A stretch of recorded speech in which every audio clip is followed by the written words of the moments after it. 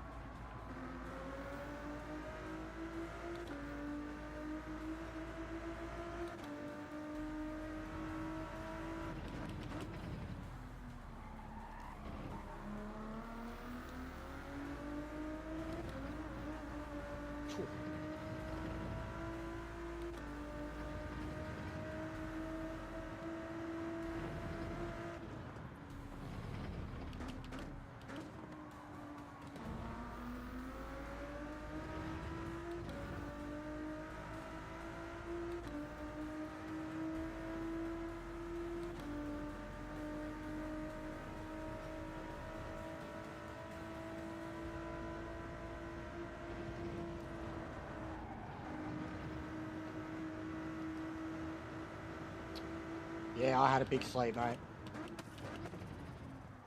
I had a nap, and then I got up from a nap, had a shower with the missus, had some dinner, and was like, I'm gonna go back to bed and just sleep right through.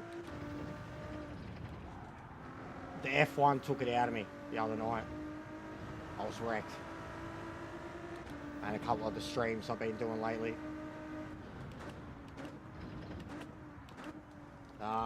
And then just how much it turned to shit yesterday.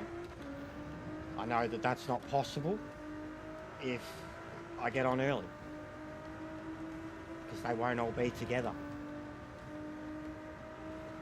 I've already beaten my time in TT, nearly got use, didn't get the 40, should have had it, should have had a 40.7. Kept fucking it up, but I've got a 40 flat, basically. Sorry, a 41 flat.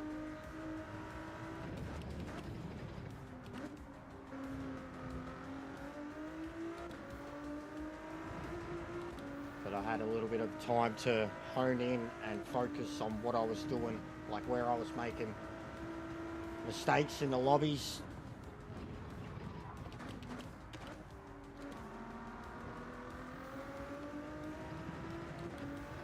And the difference between TT and lobby, and where you can send it, where you can't. Yeah, no worries, bro. Just running stints.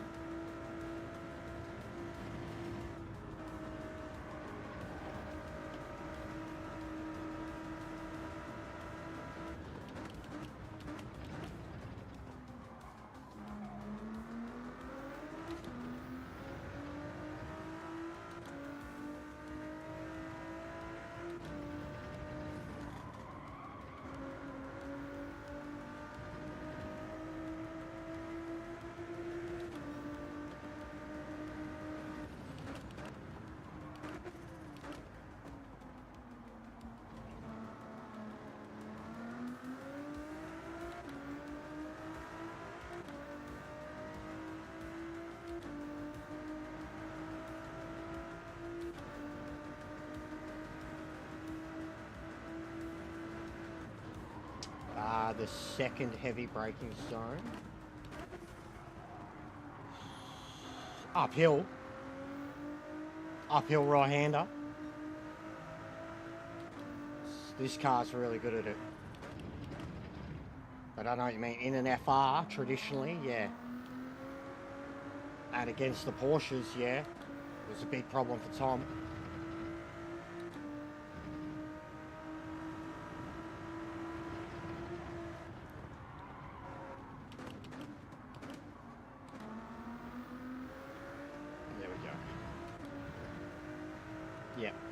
Yeah, uphill right-hander. You're not really hard on the brakes until you're into the right. You're trail braking until then.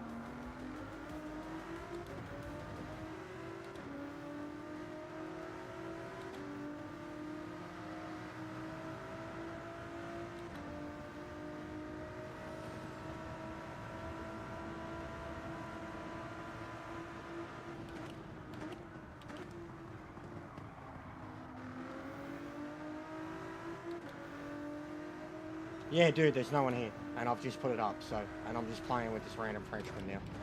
I could tell he slowed down to try and see how I'm racing. He's only like 5/10 off my time at the moment. I could tell I come out, and he was kind of waiting for me. I'm like, all right, you want to see what you're made of? He probably wanted to chase me, but every time they chase me, they end up crashing trying to do what this car can do. So I'll just stick with him and give him bumps.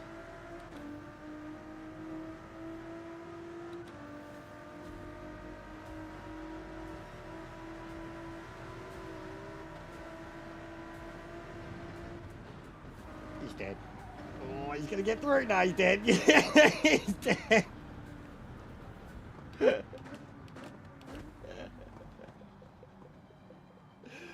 Oh, shit.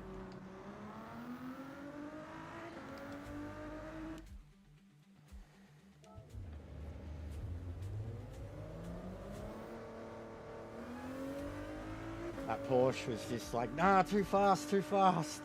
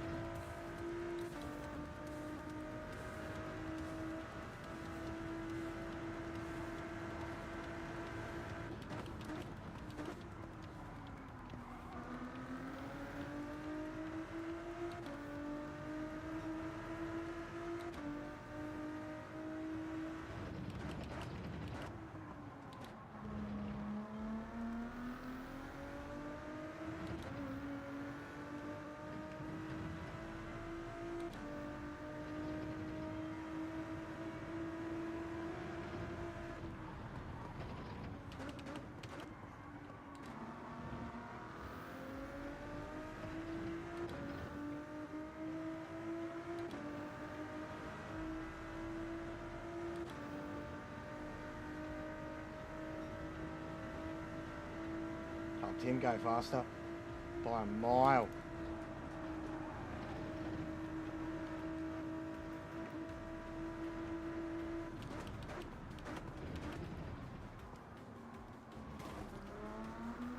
Oh, that lag spike. That wasn't optimal.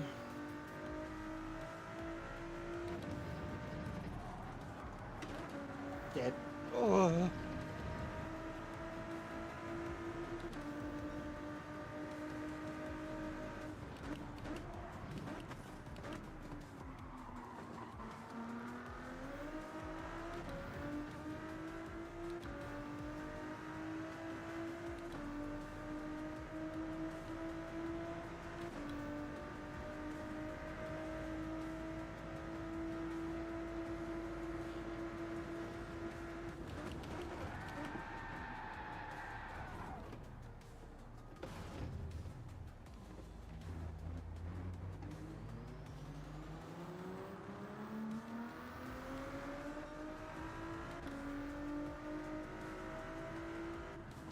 very dead.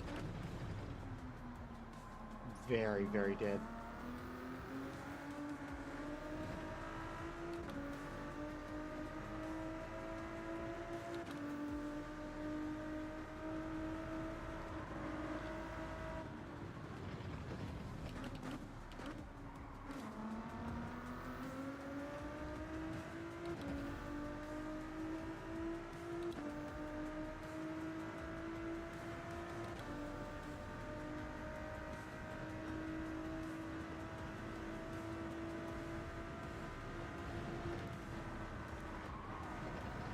Oh, that's full send.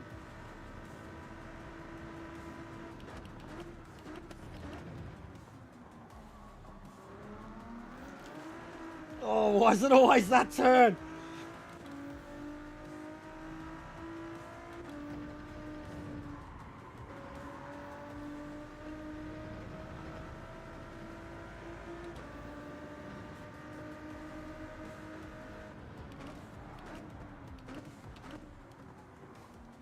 Too early.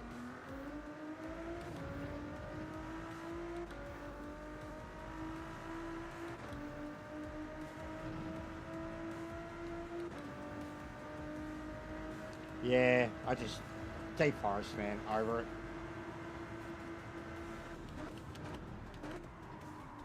Same cars.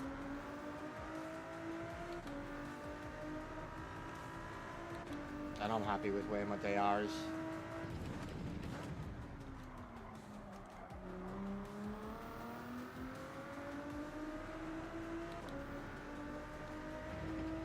It's a good track, but just done it so much.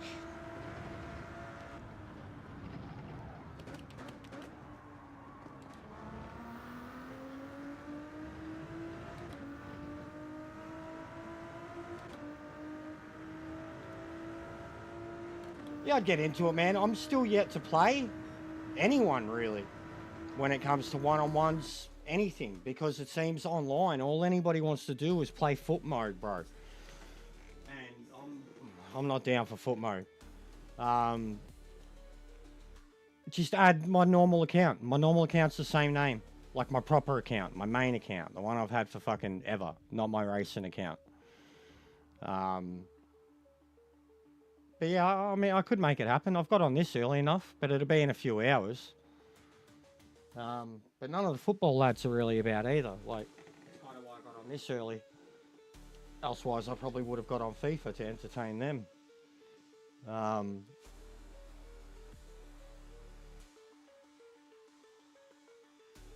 But yeah, I mean, you should get it anyways. If it's cheap, get it. I got it because it was cheap. Christmas time. Yeah. It's like $40 AU at Christmas, so. But I do want to get proper practice here. We got Saeed's on, but that's about him getting subs. Aaron's on, they're talking about Arsenal.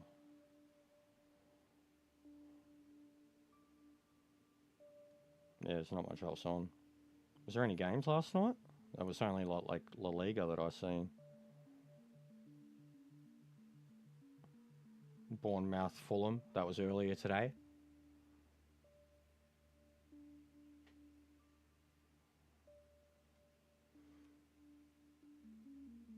No worries, Grove. What are you doing at the moment? Racing?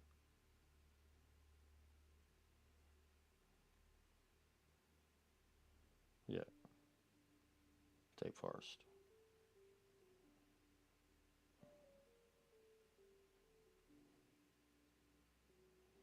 But yeah, I'd be down. I've had a couple others that I've been trying to pester for a little while to get into it too. And they said they would, like in terms of a fun competitive game. Even Ash said he was gonna a little while back. But the football lads, especially, like, I had this whole idea because they're hardcore football and they're not gamers. And you see them play FIFA, bro, and they get into it, but at the same time, they're not the greatest. And I'm a gamer. Like, gamer. You play a game, you want to get good at a game. I don't know football in the way they know football, but I know FIFA. And I like the idea, like even the idea of the football pro versus the sim racer on FIFA. Like, but the football pro is, you know, football is life. They're not a gamer. Whereas this, like, just call me a hardcore gamer, except I'm not Asian. Like, I'm a sim.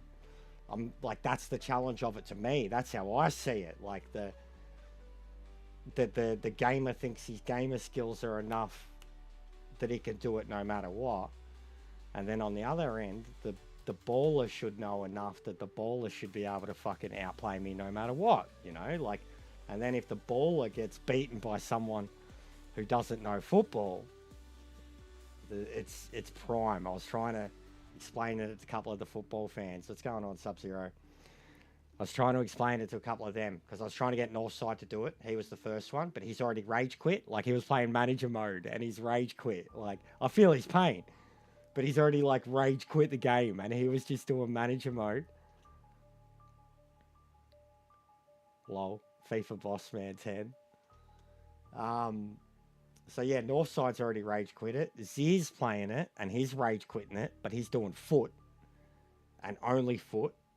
And I said to him, I'm like, I will play you, but I will only play you in traditional 11 on 11. And even you guys have seen, I haven't been doing traditional 11 11.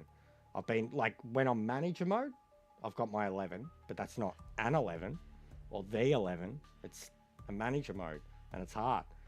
Then when I'm doing career, I'm one player trying to fucking fit in amongst a bunch of retards. And I haven't done any of the internationals, I haven't done any of the...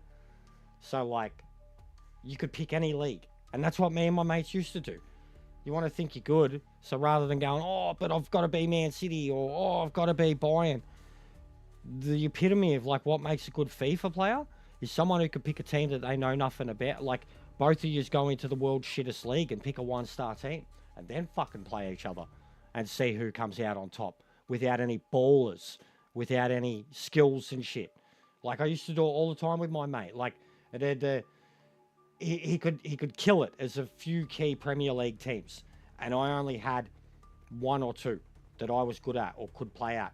And then he'd be like, oh, but, you know, pick another five-star, another five-star.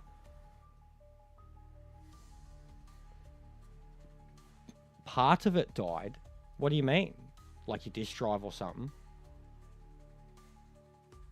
But yeah, I'd play him and he would use his stars and do his little freak shit. Usually 3-1, 4-1, you know, and he'd be ha ha ha. We'd go to A-League, bro. And I'd tell him, I'd be like, you pick my side. You pick your side, you pick my side. And I'll beat you. No. And it'd be like comprehensively 3-0, 4-0, 5-0. Because no ballers. Basic skill. No fucking flair and then even if we do like a 3-star, like we go Scottish League a lot and go shit teams there, or go rest of the world teams, and we'd have like a star cap, 2-star, 3-star, 4-star. Hell, I remember even playing Australia. No display on any screen. Oh Jesus, no. Surely you can send it back, get it fixed, yeah? I even remember playing a Premier League team as Australia and winning. He thought he could, he was like going on about how shit Australia are. And I was saying that at that time, I was like, I think like the international squad they had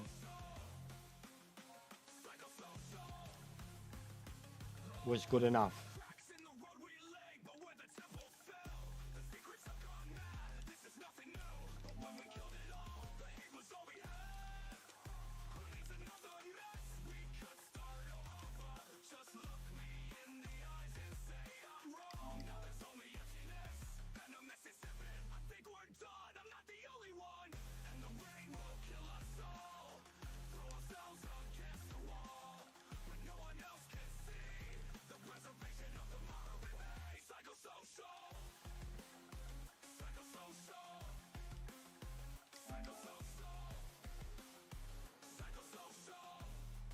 Is it a HD issue, sub, TV?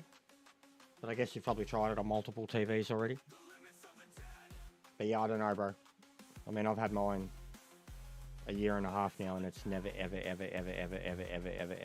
just, I mean, and I've abused it. It's fucking had the shit played out of it.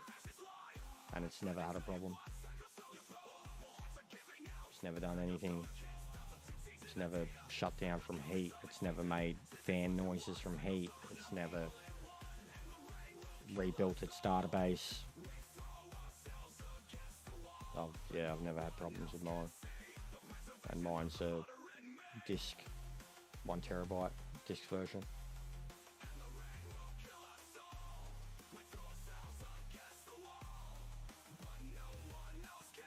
But I know they have issues. I know a lot of people who've had issues. But they're apparently very good at fixing them too. But having to send it off and shit would always be a pain in the ass. Like even for Logitech, you get a mad like 2-year warranty with Logitech. But their headquarters are in Queensland. Like where if you want the wheels and shit fixed, you have to send it to Queensland. And like even just the warranty of like yeah, they'll fix it. But like what would package and shipping be for sending a fucking 4, 5, 10 kilo wheel with pedals? Because you got to box the whole thing up. Like the whole thing has to get sent back, every part of it.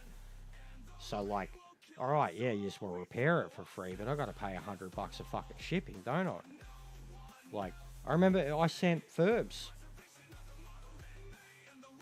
90 something PS3 games, and they were perfectly packaged in an old Think Geek box. So like half the size of a steering wheel box, man. Like this was small. Package weighed, fuck, it was like 8 kilos or something like that. But they went on they go on the weight and the size of the box, and it was like $96 shipping, something like that. Like it was a joke. Like Ozpost, Australia to Queensland. I nearly had a heart attack. I was only selling them to him for a couple of $100. Couldn't believe it.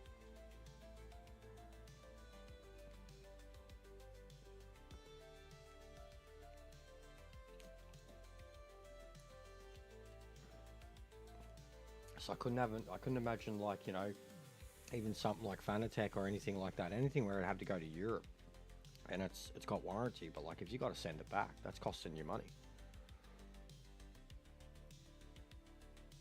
Unless they have some fucking something in the, you know, when you purchase it or whatever, that you can fucking add in that when you send it away, it's like a reverse charge thing.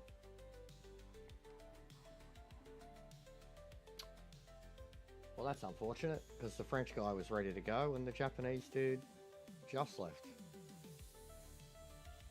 That's unfortunate.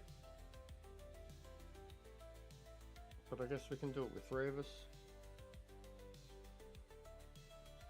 Keep it cleaner.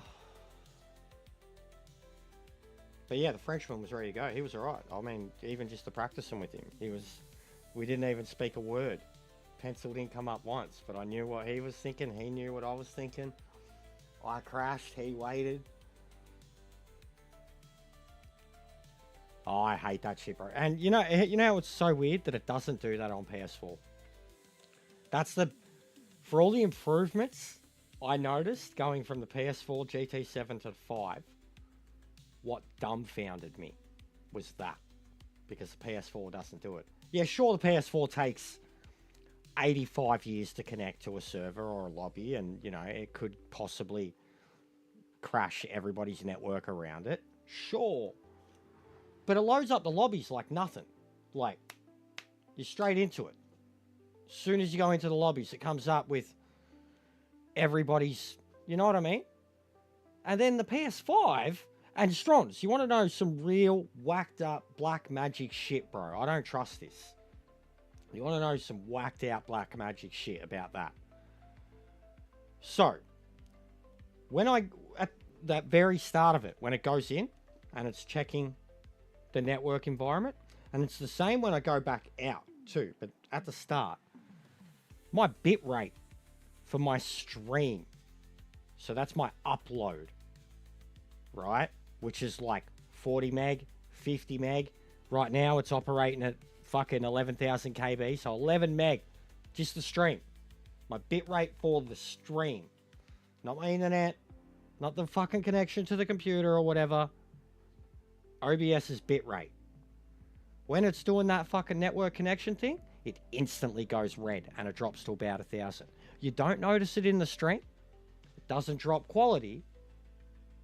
But when it's checking the network connection on the PS5, something happens with the internet. Like, it's like, I don't understand it, because how, especially upload, like how it would be affecting my upload rate. It is a bit fishy. That's where it freaks me out at the moment, because it's like doing it. I'm like, come on.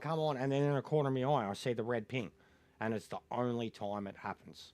Like, so I've noticed that for a little while. Been meaning to ask anyone else who streams via OBS if that's the case, or even with Streamlabs, if their CPU drops when they go to do lobby connection shit. Because I don't understand why and how. Like, your upload required to race on the game would not be anywhere near the upload required that I need to stream here. You know what I mean? Like, bro, you could do it, like, you remember people with normal net, no NBN. Like, you'd fucking do a test and you'd be like 20 download, 1.5 upload, and you were still fine to play. You were still fine to be in parties. You know what I mean? Like, traditional shitty internet. Yeah, it wasn't the best all the time, but like dailies and shit like that, that was your net speeds. And I'm 10 times that for OBS, just to stream OBS, you know, so I need 10 times that net speed. And then my net speeds are 5 times those capabilities. I don't know why when I'm fucking looking at some lobbies in a goddamn game, my internet, or the you know, the upload speed is fucking like lag spiking. Like, it's like doing a test of, I don't get it. And in saying that, if it is like doing a test to, like, you know, how good you're going to be as the host or whatever, and showing how much difference you need to be the host in terms of upload speed compared to someone connecting to a server, a lobby, or a host, which is like, you don't need much. You know what I mean? So if it is something like that, because my servers are always pretty fucking good, like with connection and connection strength between people, especially look at something like Trans Am.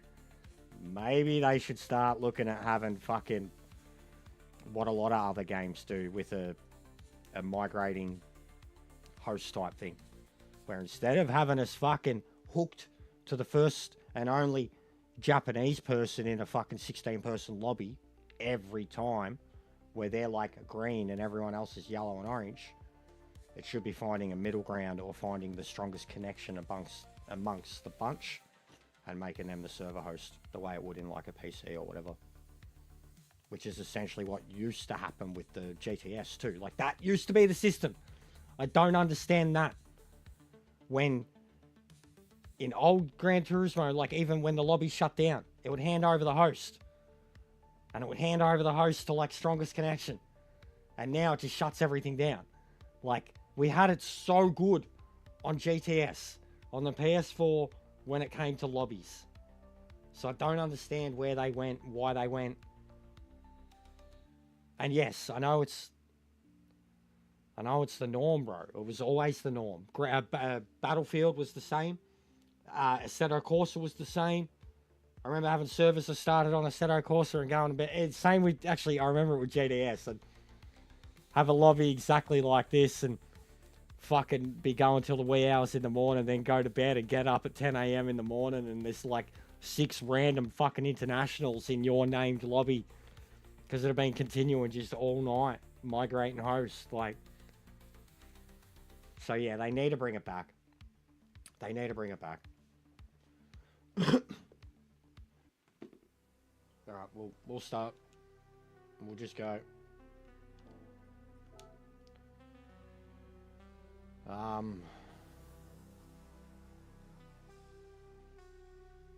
won't bother with quali. I'll just turn quali off.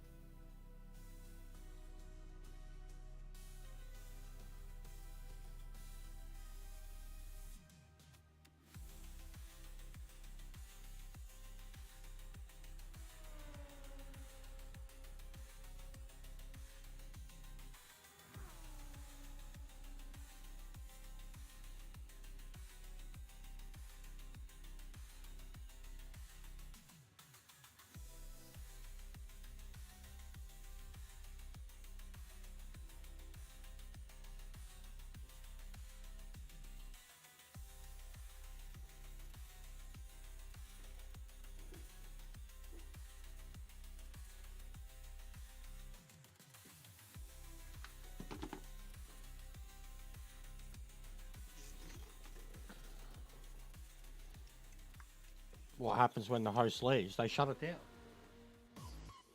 So now these days, it just, the whole lobby shuts down instantly.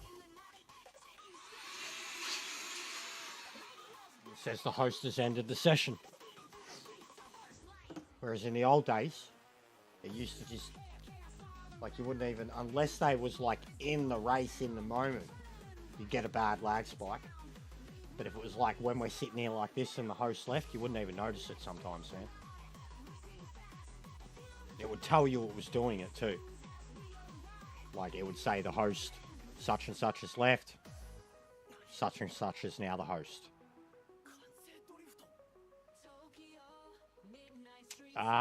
Yeah, I guess that's kind of what it's like now, bro. And that's when we get random DCs and, or when the lobby never starts or whatever, like, because it's relying on a host. And like, even look at the way Tom can kill one. And explain that fucking mystery. How many times has he killed a daily or a GTWS lobby? Killed it. And he's like in the chat being like, I fucking turned it off. Nip in and out is fair. What's that mean, Timmy?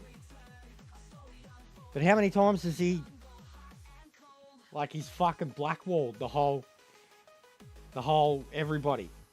You know, it won't start and it says he's not connected. And he's like, it's fucking turned off. I've disconnected me internet. And fucking we're just stuck in purgatory. Like,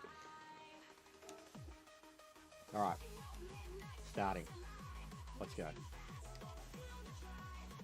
What's going on, Timmy? How you been, mate?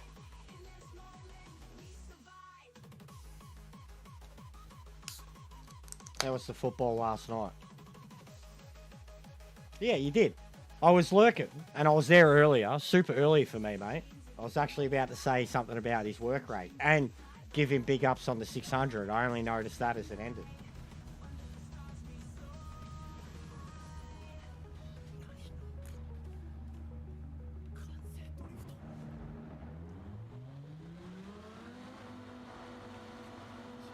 But yeah, Az has learned Az has earned a lifetime of dedication from me already, mate, just from our session on Sunday. Like the chat you and me had, mate, the week before. The Sundays are becoming too much now, Timmy. It's like therapy, mate.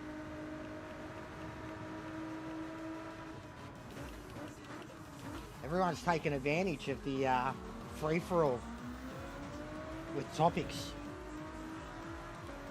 We end up going down a rabbit hole every time.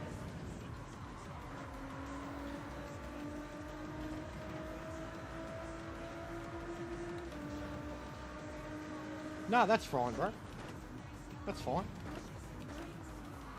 Hey, Andreas, with the rear lockup of the Porsche. Good save, mate. Thanks. I appreciate it. Oh, that Porsche, man. I've done that too in this exact car, but that Porsche uphill, rear end, no bueno. I could see the angle of his car on my radar. Yep, I know. I knew exactly what that was. What's going on, Pete? That's why I can't drive the 911 anymore. Especially with the braking balance. I would be at 0 in it too, Andreas. I can't drive it anymore. I used to be a boss in the Porsche.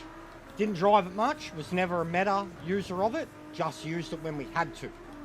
And I'd kill it. Catalunya, Nerb, so many of them. I've got so many wins at Nations at GTWS level in the 911. But not anymore. I can't drive it anymore.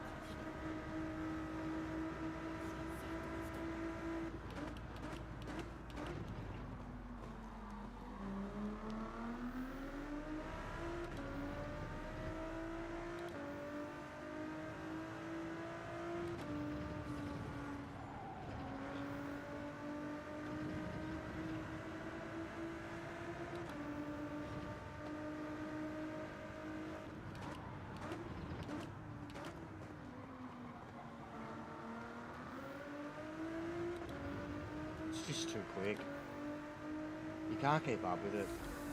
Like, I love the Lambo, and at least with the BOP we have a European car finally up there.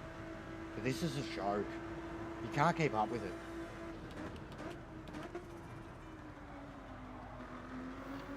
Like, it just pushes away by 1/10 or 2/10 at every single fucking turn. And if you try to keep up with it, you get fucking loose. Like, I'm already over it. It's been 5 weeks, or 5 weeks, it's been 5 straight rounds of it, man. No matter what track we're at, this car is fucking wiping its dick on your face. Even people that haven't been playing the game can drive it faster than you can in something you've been driving religiously. Like, it's killing me, man. Imagine what it'd be like, well, we've seen it, in the Hyundai compared to these. Like, I'd be fucking killing myself. I'd be depressed. Be driving around doing me 43.5-second laps, wanting to kill myself. Here I am in a car that's nowhere near as easy to drive as that thing. It's faster than it, but because of that it has to brake differently into turns and shit. That it just cannot keep up with the Lambo. Try as I might. It can't.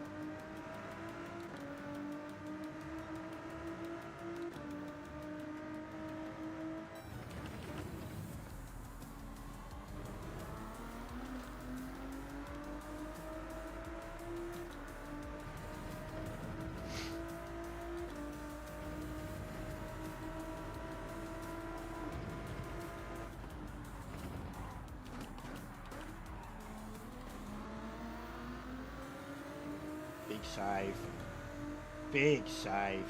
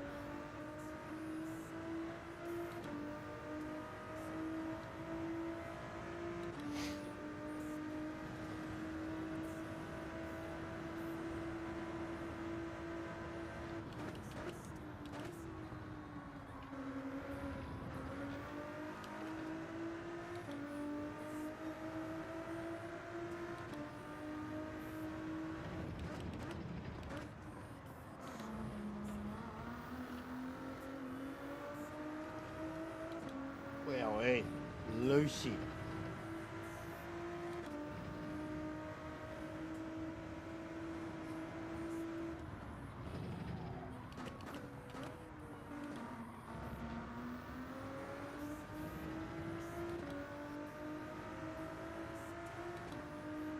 I reckon he's just got fastest lap by a mile.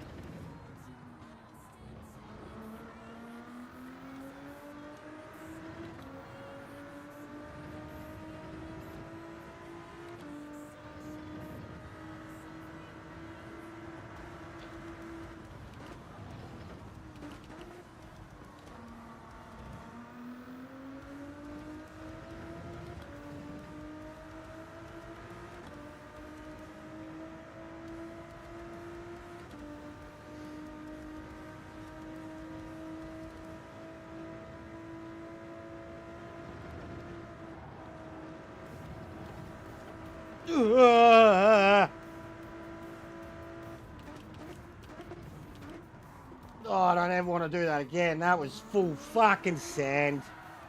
Fuck! Filthy tyres. Filthy, filthy, filthy tyres. Fuck! That was as hooked in as I could get it. 248 kilometre a fucking hour.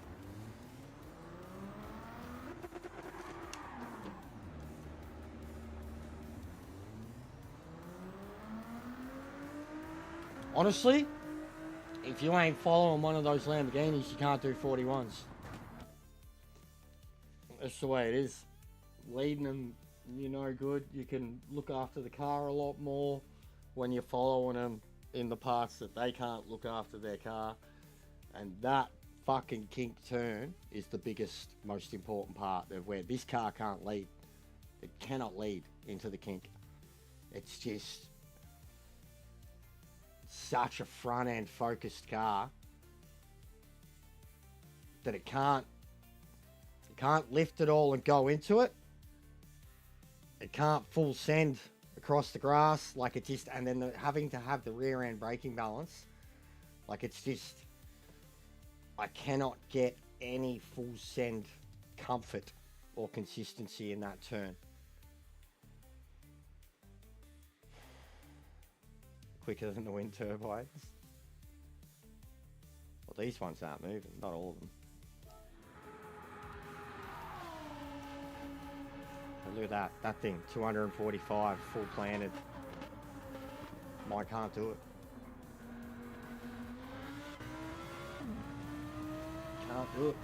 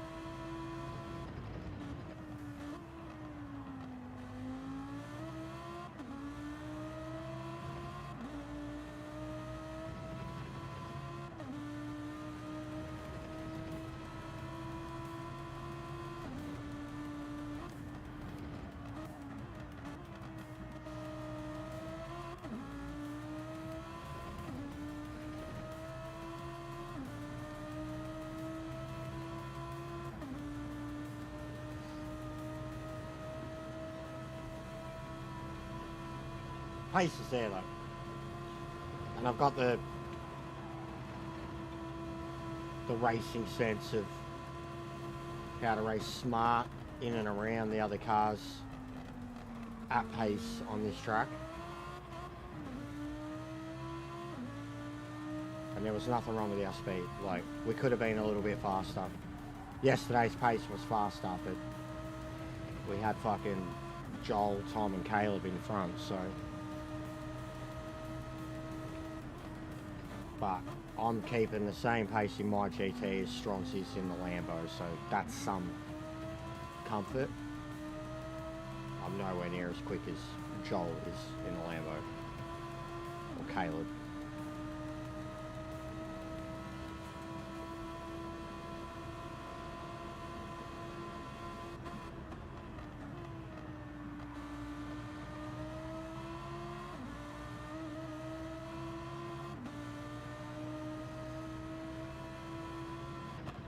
And yesterday, one of the races I was doing myself, I managed to do a 41.7 or something unassisted in the lead on lap 11. And I remember thinking, fucking, like, tyre wise, you're still able to run your fastest pace even when they look like that. Like, lighter fuel, yeah, half a tank, but with your tyres that gone, you shouldn't be able to run that pace, but you can. So like FL pace can still be ran right until the end of the race. Like, he was still purple last lap. His tyres cooked. Not cooked, but in a Lamborghini, that's enough. Any rear damage for your tyres in a Lambo, it starts to get fucking sloppy. And like the GT, it's even tyre wear, but like, it's the way the car has to brake. It leans to the rear. The way the car uses acceleration, it leans to the front. These turns, those high-speed kink turns, like if you're not the one sitting behind someone and you've got to lead it in full send, you're either going to make it or you're going to die. But seeing what he can do, like, oh, you see me get excited when I go through there 247, 248, and then I crash immediately after. Yeah, I know, so do I, Strons. You need to. Where do I need to be then, mate? If you need to be in the high 41s, where do I need to be, Strons? That's what I'm just saying right now, mate. Where do I fucking need to be? When I'm playing this every day. And you need to be in the high 41s, and you're going to be in a 160, 170 point lobby.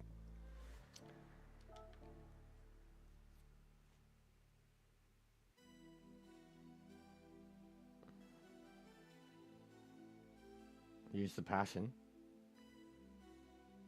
Use the force, mate. Use the force, Luke.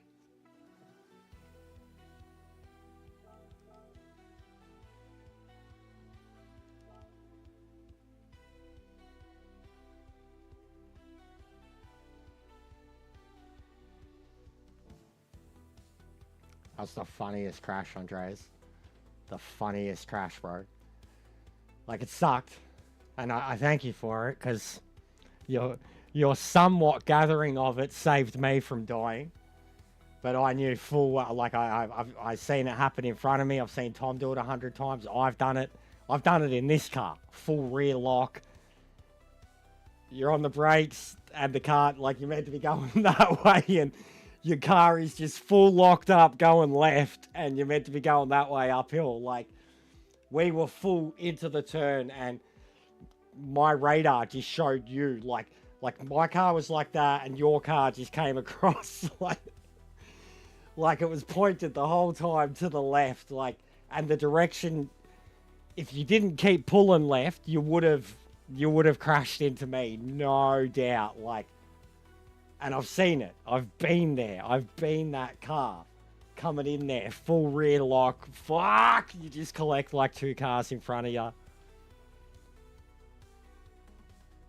Yeah, I know. Strong's going the same direction. I know, bro. You were having the same problem I'm having in the Porsche. But I was in the Lambo then, bro, so... You know what I mean? It didn't bother me. I did try out the Ford a bit that week. Oh, not that week. I tried another direction. When we got to the other direction in the Ford was when by the end, I started in the Lambo, and at the end of the week, I ended up in the Ford. Just because it was fun. And it was ballsier. And I was able to beat my Lambo time. So I was just like, yeah, whatevs.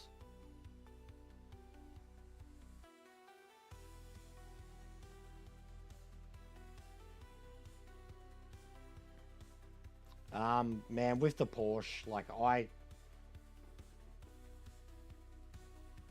Bro, it's been so long. I'll try it, Andres. It's been so long since I've driven it, man. It might be different. I'll see what I think. Because it's a car that I remember the last time I was driving it was like trial mountain or whatever. And I was raging because I couldn't get the brake balance working for me at all. If I was -1, I had lockups. If I was +1, I had lockups. And I was raging about it. Where the fuck even is the Porsche?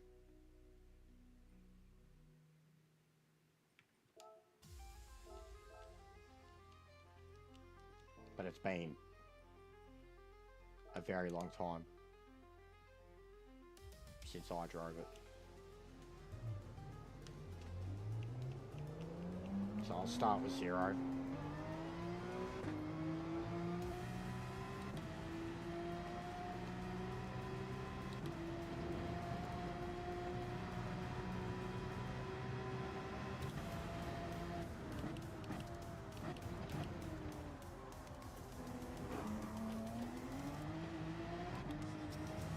Feels weird. Feels heavy. Feels really heavy. And low.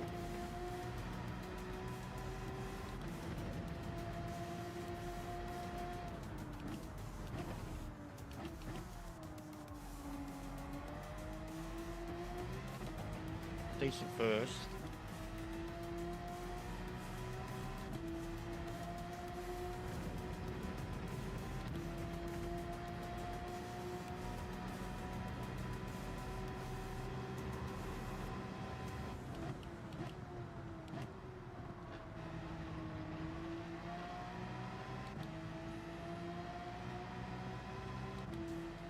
Yeah, but you can't be changing your brake balance around the whole race, bro.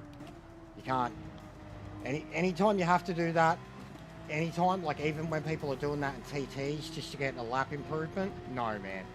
That doesn't help, Andres. If you're having to flick your brake balance just to get around a track once, no, you've got to figure out something else.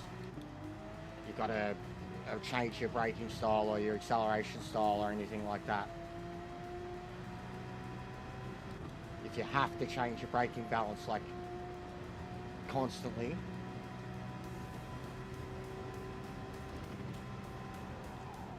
oh, what a weapon into there. Holy shit.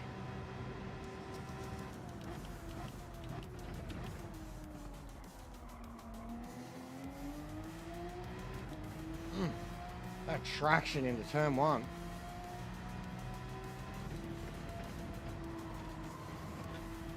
And here, it's not flirting like a fucking GT or a Huracan. Here we go, here's the test. See, I was already on the brakes, that was just trail braking. But I was already on them, up the hill. But that was pure trail braking. That didn't even feel like a really, really hard jam of the brakes, the way I'd have to in the Ford. Because the Ford, it's like trail braking, then jam them on at the front end of the car. Oh, not enough in the second.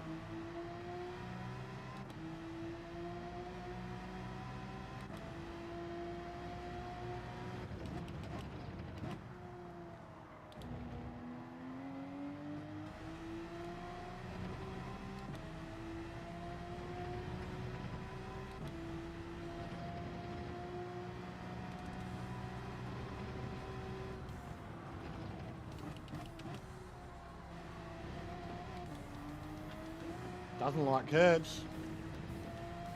That was woeful exit.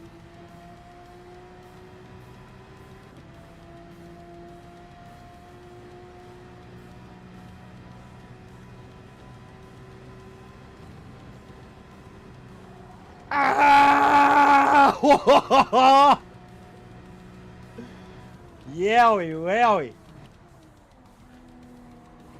I hate it into there, bro. It feels like you haven't pulled it up enough, and then you go to turn, and it turns so much that it just taps the wall.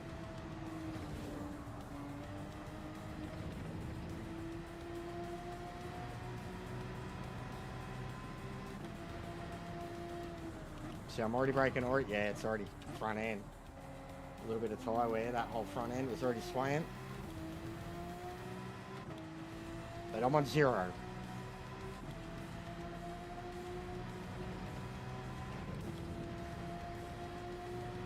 And I've never, ever, ever liked the Porsche with rear end.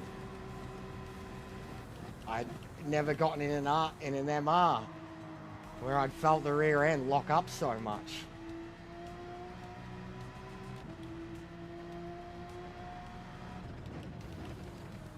Try your second a bit more. Oh, she's floating.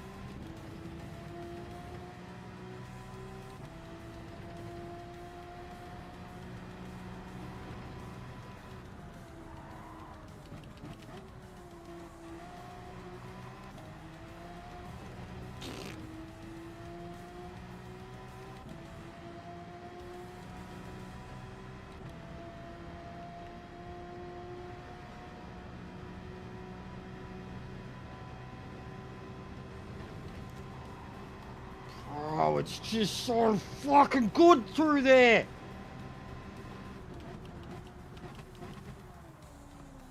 was like fucking 15% lift.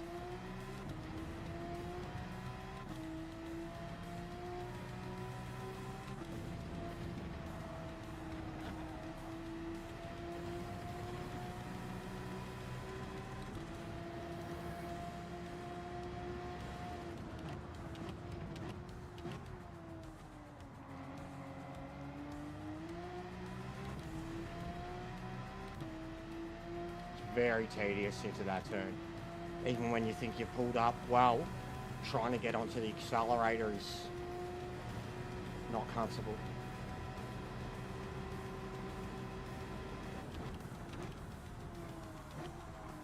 I keep forgetting, the car doesn't, it feels like it's in 4th when I'm coming into that turn. Like I'm revving out 4th and I drop 2 gears and think I'm in 2nd, but it's in 5th.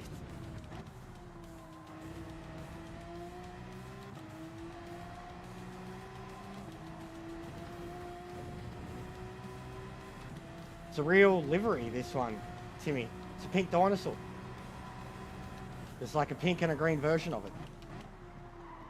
But it's a dinosaur. It's a T-Rex. It's a real livery. He's got little arms and all. Look at his little arms. Look at him. Look at his stupid little arms.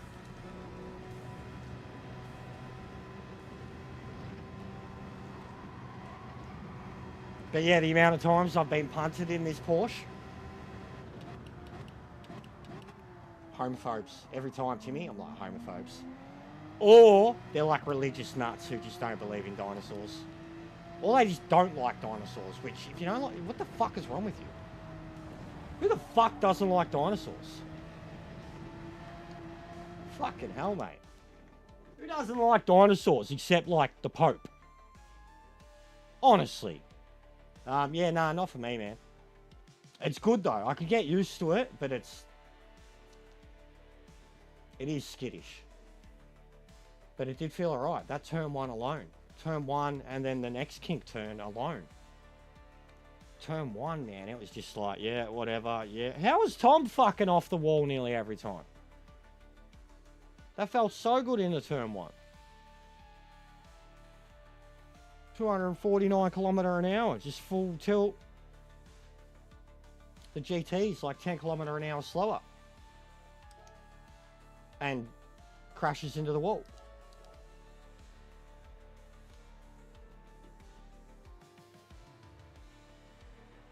Yeah, And T-Rex is awesome. Raptors.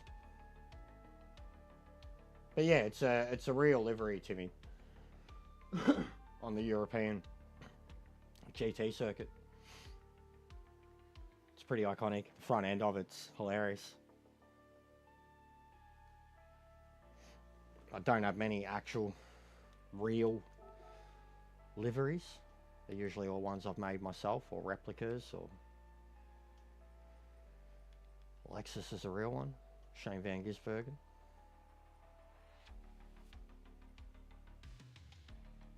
Kmart's a real one.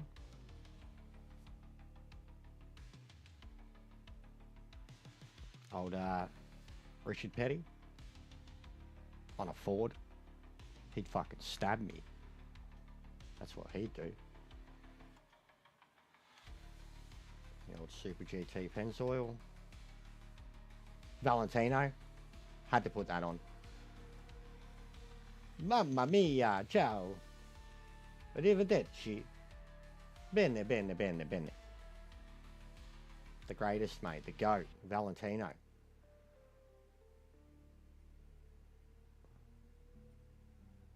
And yeah, rest of them are just generic.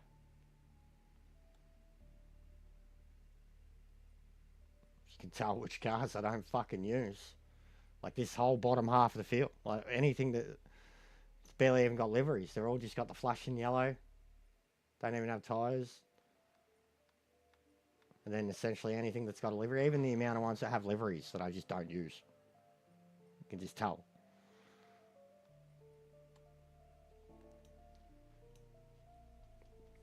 And sadly, this is a big downfall of Gran Turismo to me. So like 2018, 2017, 2018, this doesn't even have a fucking year. 2012, doesn't even have a fucking year. 2015, not even real. 2010, 2017, 2016, doesn't even have a year. Doesn't have a year. 2013, what I'm getting to here, mate. 1984, 2015, 1999, 2000, 1997. These are 1995. These are GT3 race cars, mate. And there's about fucking 60 of them. And there's meant to be a balance of power amongst all these cars. Firstly, we don't have any modern cars. Anything that is actually racing today. Not one of them. They all either don't have year models, so they're not really the real car, or they're old as shit. So that's a massive, like people that are on updated games or fucking, yeah, we'll go again. They've all got modern cars, we don't. And then the other thing is, how can you have a range from 1984 to 2018 and have everything in between, from a GT1 McLaren, it's in the GT, but this was a GT1. This thing killed GT racing in the 90s and became a GT1 car like that. So anyways, that's in there. This thing, fucking whatever. The Super GT cars, which are, even on their standards back then, GT2, they weren't GT3. They were off their head. They were more advanced than a GT3 car, but they're old as shit. And then you have all the GT3 cars from like a decade ago. There's the most current one we have, I think, and there's a Nissan too, 2020. We do have a 2020 Merc, and I think there's a Nissan that's brand new or near enough. The 2020 AMG, yeah, isn't one of the Nissans new? No, the 18. I swear, didn't we get a new one? We had the 18, the 13, and or is it just still the 18 and the 13? So we had the 13 forever, then they gave us the 18.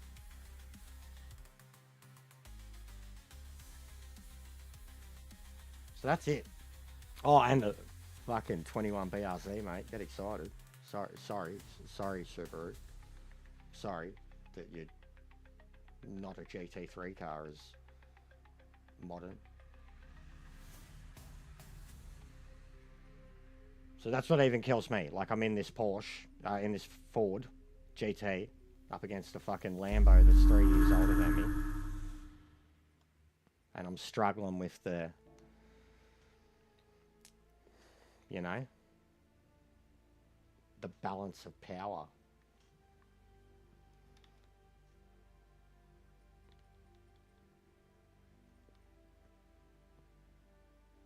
But yeah, I'd be good to go again straight away. But I don't know why so many people fucking... They don't even say anything. They just...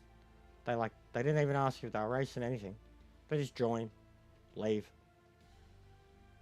See a bunch of A-rated dudes just chilling. Like, you'd think they're going to race soon.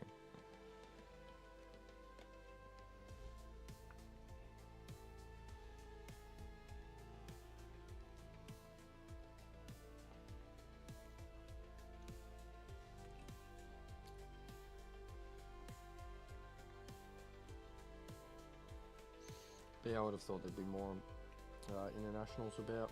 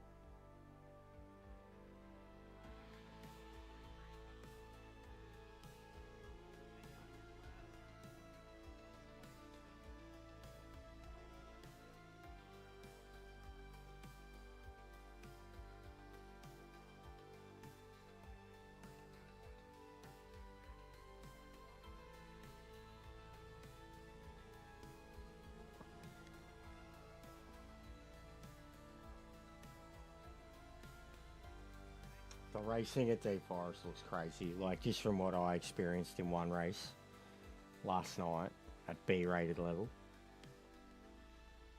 Now having a look at the Americas with like A plus. It's fucking lap 2. And just seeing the onboard of like someone in lap 2, like how dicey it is. Like, I'm like, fucking...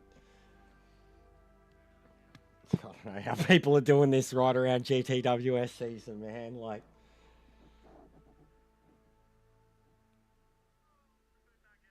even the hairpin, man. The amount of times I got sent into at the hairpin, dude. Like, I was like, seeing it coming too, and like pulled aside, and then you'd get forced off. Like, you'd pull aside, and then they'd use you to keep getting around the track, or you do the complete break and then try to do the up and under.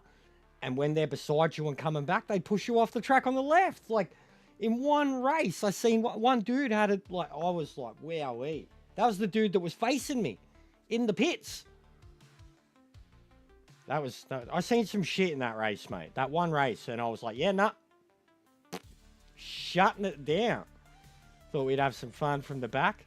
We did. We went from fucking 12th to 2nd in 3 laps. And then we got murdered for our efforts. And then we were making our way back through the fucking grid. And we got murdered again for our efforts. Then we come out of the pits and got murdered by a bloke that was on the other tyres. And it just come out of the pits that I was passing. Like, it was like, DNF, see you later. 7 laps in, race is done. 3 times over. Tactics. Wasn't any tactics about that one, mate. It was, yeah, I actually wanted the DR too. So tomorrow, and especially because of the way this race concept is, and then the way qualifying is going to work, tomorrow in the Hyundai, I'm going to qualify all day. Like, I'll probably do 3 or 4 of them again, because there won't be as much energy. The races are quicker. We'll be able to go from lobby to lobby to lobby. But with how long quali is, I'm not sitting there for 18 minutes like the Catalunya race. And with how tight those 18-minute sessions have been, this only being a 12-lap race, full of retards or not, you're not going to have many opportunities to make your way past the whole field with no pit required, only 12 laps, and like light damage nowhere, essentially. Like, so I'm going to qualify, and I'll do a couple of them, and I'll pump up my DR in the effort of the last race at Suzuka.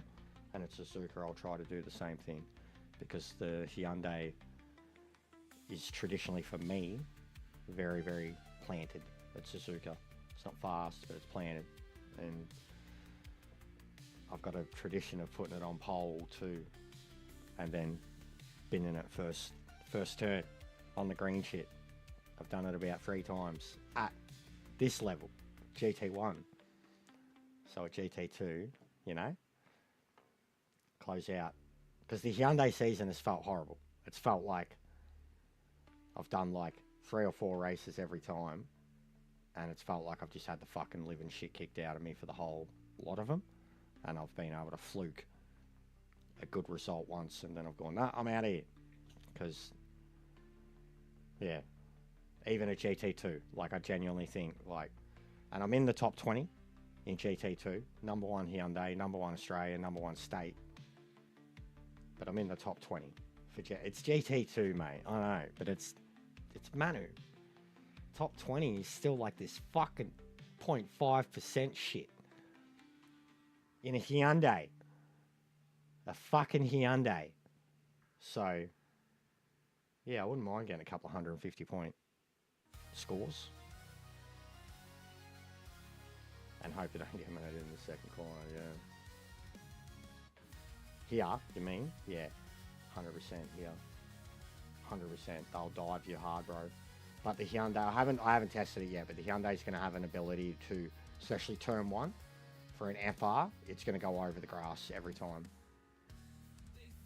The most I've ever seen was a 168, which is insane. Insane. Like, it was stacked, bro. It was like there was 2 Bs and 14 As. Like, that's not right. It shows how many Smurfs there is down there too now, and how many of them. Because the smart thing to do, Strongs, if you really want good points, and you want to, if you want to, right, this is even for the, here's the tip for the A-rated, for the genuinely high Bs to lower A-rated driver, right?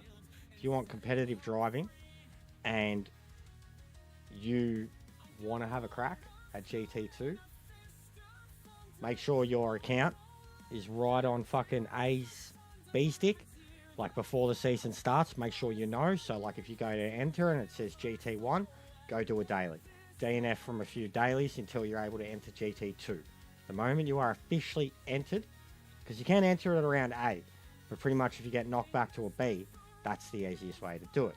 The moment you are officially entered, you can go back to dailies if you want. You could grind, like I've seen this. I have seen an A+ in GT2. So that means that someone in 1 week entered it as a B, a high B, or a low A, and then they smashed 1 week's worth of dailies. And by the time that race came around, they were an A+ in a GT2 rated lobby. And them alone would have been bumping that lobby up above the 130 mark minimum. They could have been with all B rated drivers, and it'd be a 130 rated lobby. They get A's, and they're pushing it to that 170, 180 mark, and that's ridiculous for GT2. There are GT1 lobbies that are like split 4, split 5, and they don't get that points. So, but yeah, it's you want to get a mad haul. That's how you do it. Even there's a lot of them, they'll enter it, and then the moment they get it, they'll get their A about halfway. You'll see them. You have a look. There's the same top 6 to 10 guys in GT2 every week. They're about mid-A for their actual ranking. And then when the season starts, they'll tank it, get it back to a B stick on A, and then they're better than that. Like, they know they are. I know heaps who do it. I'm better than that, essentially, in my GT2 account. Even this one, if I let this one get as savaged as it has been, especially since the Le Mans reset, I'll be close to it.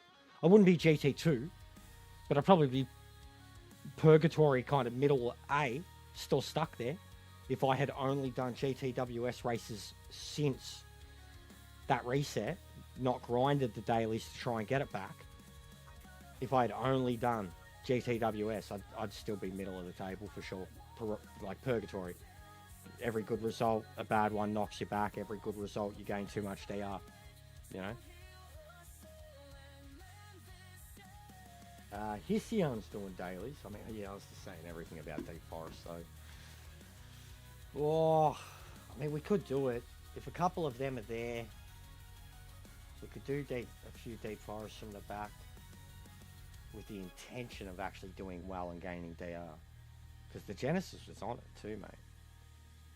The Hyundai. I love spanking cunts in me Hyundai, in dailies especially. Coming from the back and slapping a whole field of meta cars. It's incredible. All these B-rated, low A-rated guys that are in the car that they've never driven before because it's on the top of the leaderboard and they've spent 3 hours setting their time in, and they get their time, and then this Hyundai, they'd be like, what the he's cheating! He's hacking! How?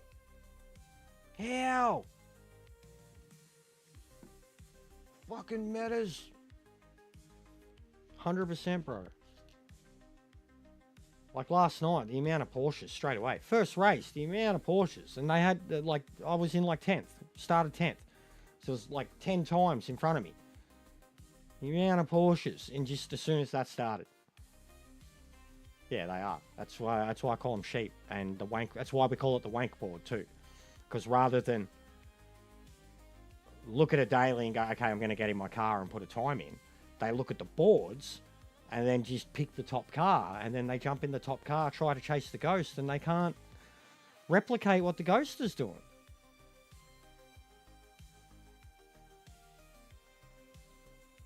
And yeah, because the Lambos loose their strongs.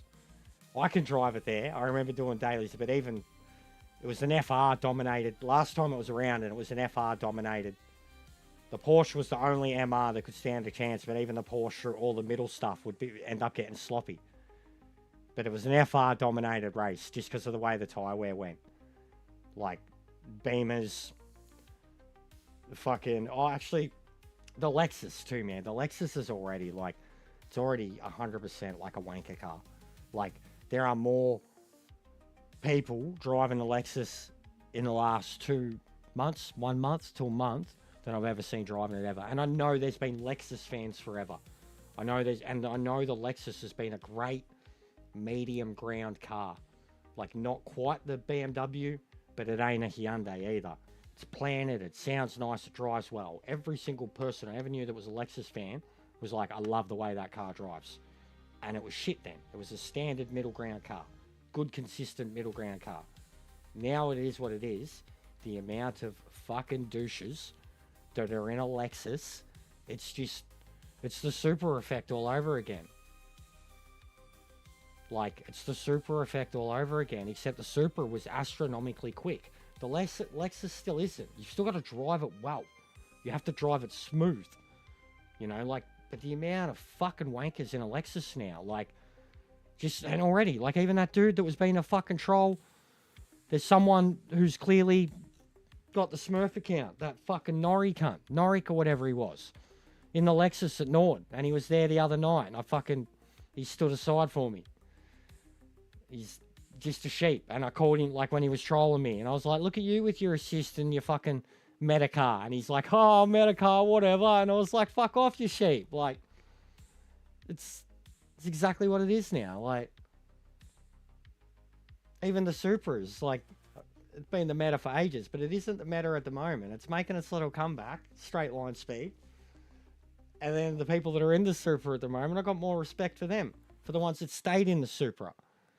Like, when it wasn't the meta anymore, but they've just gotten so used to it, and it's their favourite. Like all the guys in the WRX before that. They're the real Gs. The ones who stayed in Subaru fucking 2 years later, they're the real G's. Those cunts are like Nismo. They're bona fide G's, bro. They don't give a shit about your meta. Back when it was the meta, they were loving life. There was 6 months of complaining about Subarus.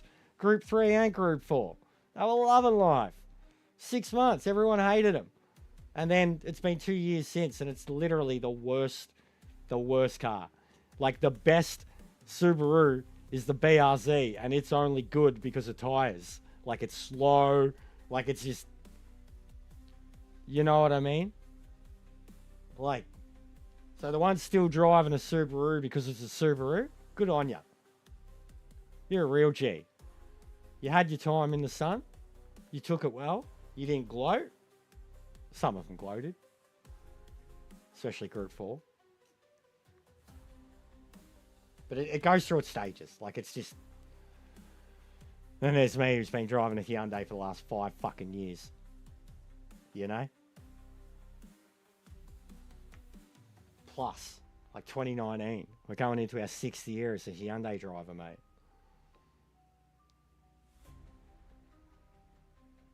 They changed the BOP fucking 35 times in that time.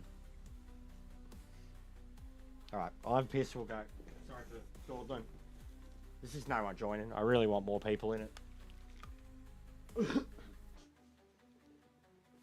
TT laps are good, but it's race pace at race pace we need.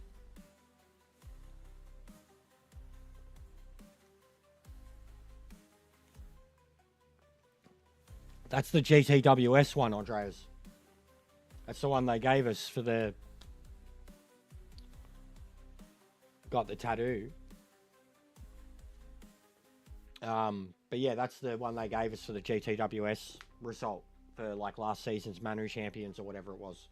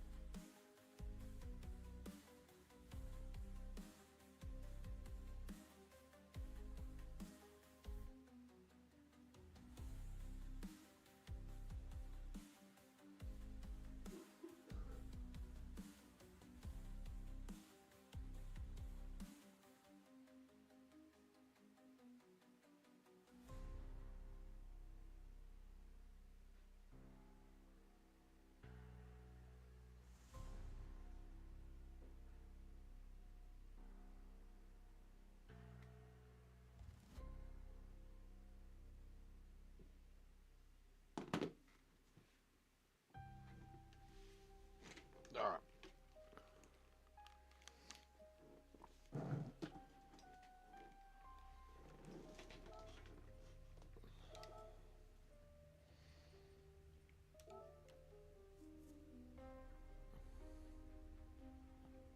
Yeah, I know, bro. It's just the way these games' physics have been for a long time too.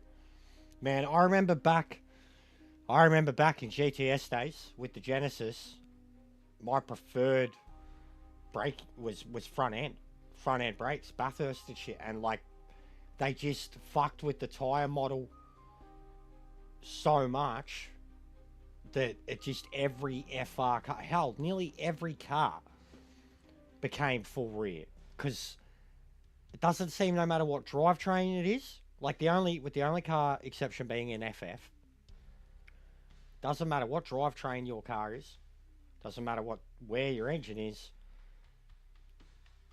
what group it is, in Gran Turismo, forever and fucking always, the tyre wear leans towards the front, no matter what. Like, universally, even MR cars have become +5, because even when you have a car that is rear wheel drive, your fronts are the ones that eat away non-stop. They just eat away. Like, your fronts disappear. Your handling tyres, even though your rears are the ones going BAP! And it's never made sense. It's because of their multiplied, sped up tyre wear model and shit. Like, in any other racing game, like a fucking Formula 1 or a fucking ACC or whatever, like, the tyres are pretty even. And then, like, the rears are going to be the ones that you have to look after in the FR cars, and the fronts in it. Like, so it's just, no matter what, if your fronts are the tyres going in these cars, you're fucked. So you've got to look after your fronts to handle. Like, what's going on, Joel? So yeah, it's been like that for a long time. Like, the idea of even driving an FR car with, like, full rear brake balance back then was like, what the... And then once you started doing it and getting used to it, and now that's it. That's the way you play the game. That's the way you drive the cars in this game, and it wouldn't work anywhere else. You'd be cooking your fucking tyres. You'd have to be relying solely on your rear end of your car to stop and accelerate. Which it'd cook your tyres. Imagine doing a track like Nerb. Full rear brake balance, FR car.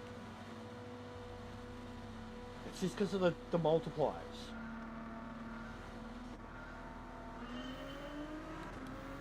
Yeah, that's what I mean. I bet that's the Lambo too, Joel. I said that about the Lambo. That is the Lambo. I was looking at it before, watching Strongs. I said exactly that about the Lambo. It's like that car will always lean to the rear. It has a fat ass, rear wheel drive. It just loves to eat the rears. But it's also a car that, given the track and the wear, can be driven at multiple braking balances comfortably, in my opinion. But it's like the Lambo's brilliant. It can be driven at 0. On most tracks, no problem. You go +1 or -1 when you want more in or out in that car.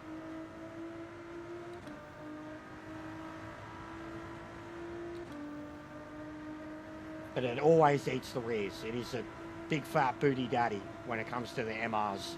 It's actually like, when it comes to the Genesis, bro, it shares a lot with the Hyundai in terms of the way those rear ends start to go or get dirty rears. You might as well have full damage. Like, dirty rears in a Lambo are not fun.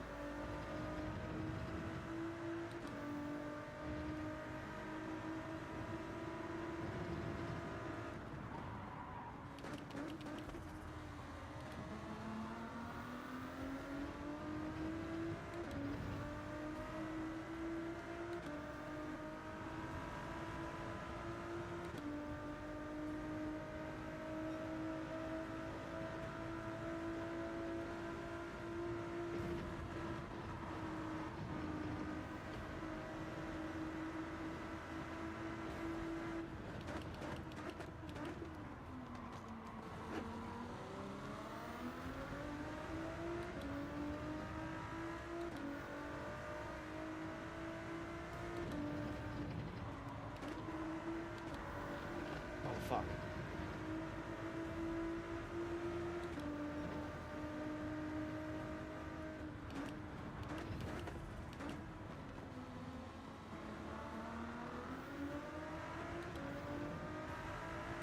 What's going on, Sparrow?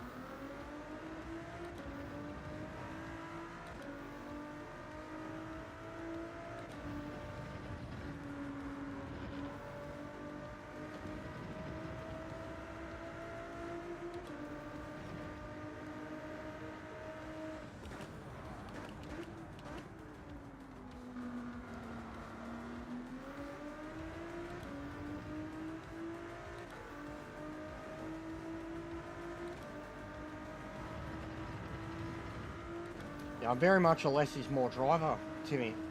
I try to be anyways. It's the best way to be consistent.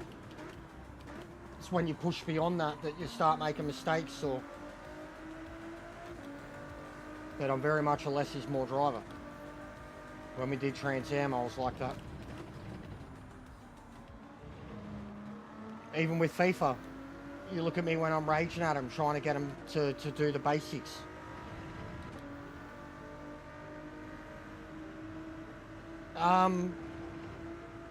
I'd entirely turn it off.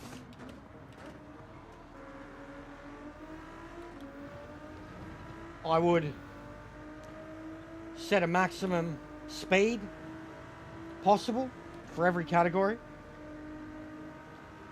and I would make every car, with the exception of how they drive, driving styles, exactly the same. Acceleration, like I'd make every car exactly the same, regardless of how bad that would be for the game. I mean, because they force us into a situation where we have to pick the same car, or the cars that drive the same. So, I'd have the cars still drive the way they do, feel the way they do, but with a BOP, a proper BOP set, where they genuinely, like, they can only top out at a certain speed. They can only accelerate from 0 to 60 at a certain speed. Like, that's how I would do it. It wouldn't be making the cars more lifelike. It wouldn't be, but it'd just make them more competitive outright. You know, if you want a car that feels like a rear wheel drive, it feels like a rear wheel drive. If you want a car that feels like a fucking MR, it feels like an MR. But at the end of the day, they're going to go the same top speed. Yeah. Yeah. Be it a 5-speed or a 6-speed, no matter what, they're tuned so that the acceleration will do as such. You know, on every set of tyres. Like, it's, yeah, it'd be probably the easiest, most basic, simple way to do a fucking even spread BOP. A lot of people have complained, everything would feel samey, but better than fucking having 50 cars to choose from and everybody picks 3. And everything feels the samey. And everything we just spoke about with the tyres and shit, so it's the same thing. Just makes it that people can pick their fucking brand if they want to and not have to worry about it being a second and a half fucking slower.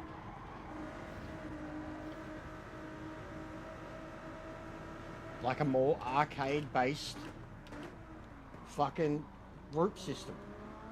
Like Project Cars 3. Like Project Cars 3.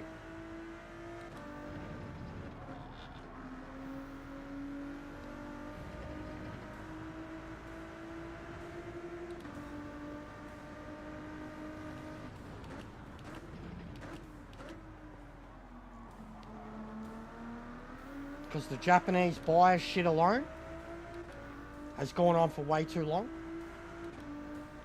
and it's never been it has never ever, like, especially when it comes to fucking GT racing, it's never been accurate of real life, this Japanese bias, man.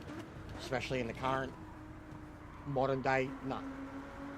You tell me a fucking Japanese car that's winning on a world level at a GT3 level for the last decade. Go tell me. Go find it. Go tell me. No worries, bro. You tell me, though. You go find a fucking Japanese car that's won the Nord 24 or Le Mans GT class or Daytona 24-hour GT class. Anything. Anything that are outside of fucking Super GT in Japan. Go find one. Nah. Didn't think so. Lexus. That BMW, however, that's always up there. The Ferraris. Aston Martin, very underrepresented. The Corvette. The Ford, underrepresented. Like, come on. That bias has to get out the fucking door, mate. He's got his head so far up his own arse with his sponsors and his own beliefs in how great the Japanese car culture is, that he's just unashamedly and unbiasedly ignoring it all in favour of money at an esports level. And essentially, like, you think about it, man, like, he ain't advertising any other car when you think about it. Like, the new cars that we get in the game are shitty, Japanese-made, modern cars. Like, we don't get the latest European fucking sports models and exotics, and we don't get them. We get them a couple of years later. When we do, they make a big deal out of it, like that Aston Martin recently. But the fucking latest Corolla and fucking Yaris and fucking four-wheel drive, like, and I'm not one of the ones that's saying, give us more race cars, we need more race cars. Like, every time we get an update, we get free cars. They're free cars, but give us something that makes fucking sense. Give us something that makes sense, not something that's just a blatant advertising cash grab. Like, and they've been doing it for years now. Years. We haven't had a large update, like a large update for this game in 2 years. And that large update gave us an ice track. And they made a big deal out of this fucking ice track. And, well, you know what everyone thinks of that. Like, and that was the big update. A year and a half ago. We've been fed fluff ever since. And that fluff has just gotten worse and worse and worse. There's been like 3 or 4 icons in the whole time, give or take. People's personal feelings attached to certain road cars. You know, a Cosworth here or there, a fucking MP4, F1 McLaren here or there, old 1960 Honda F1 that was never actually any good in real life. It just looks cool and sounds cool, and he's integral to Japanese car history, but it never won a fucking damn thing. But it's a cool car. I'm not going to complain about it. It's a cool car. But you know, you just can see where I'm getting at, yeah? Like, it's just... It's... Gran Turismo has become the boys' club for Kaz and his mates. Kaz and his corporate mates.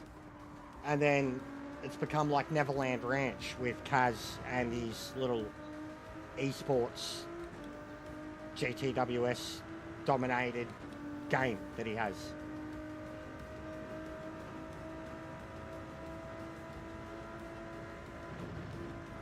Bro, I want that. If they're going to give us, I'd have that again. I'm always good in that car. But give us the fucking, the fat man, the Fangio. Give us the Fangio. Give us the Fangio F1 car again. I was bombed with that combo. I'll take that. But like I said a couple of weeks ago, guarantee you it's going to be a Corolla or a Yaris or a fucking Prius or some shitty little Japanese hatchback. Like, straight up. What's going on, Viking? Like, I guarantee you, we'll get a road car race for Nations. If it's not something cool that they're known for doing, like scuba in a Roadster or something like that, it's going to be a fucking meme race. It's going to be a Laguna Seca or a Bathurst in a Corolla or a Yaris or a Prius or a fucking hybrid electric car or the Ioniq. It's going to be something like that.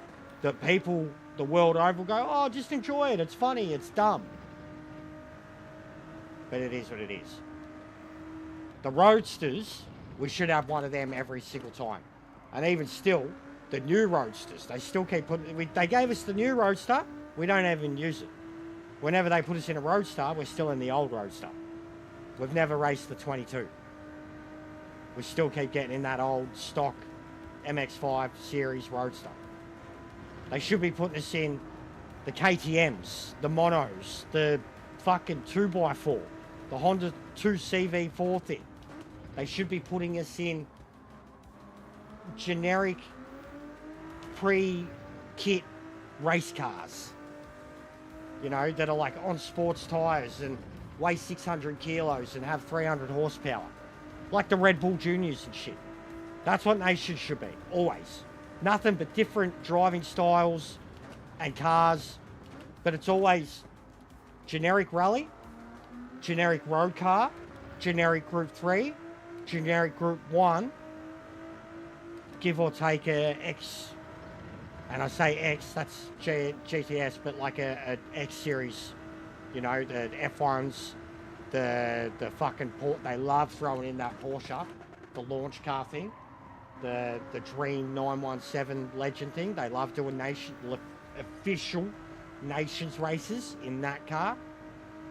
Then throw in your fucking stock everyday generic daily with your modern road cars that's either on the speedway for the meme or at Trial Mountain or Deep Forest, and will only ever end up being the BMW and the LFA anyways. Like, come on, man. I can think of so much fucking better, and I can already anticipate it. I can see it. Go-kart, F1, Suzuka, fucking some Fisherman Ranch, rally car, fucking Dragon Trail Group 3, fucking Le Mans Group 1 or Monza Group 1, fucking shitty road car race at like Kyoto or some shit. There's your nations. I'm telling you now.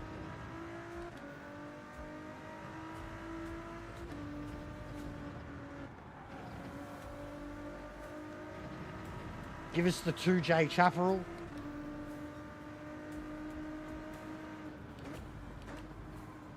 I'm telling you, Joel, like fucking write them down, bro. Write down all those combos I just said. I gave you just like 10 possibilities, and there's only going to be 6 of them. I guarantee you, mate. Guarantee you I got at least 4 of them. I'm fucking calling it. Because they got no imagination. They got none.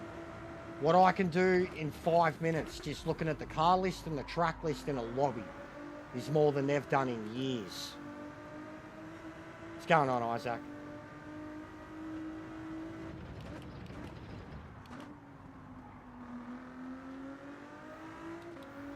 The Alpine A220 1968 race car.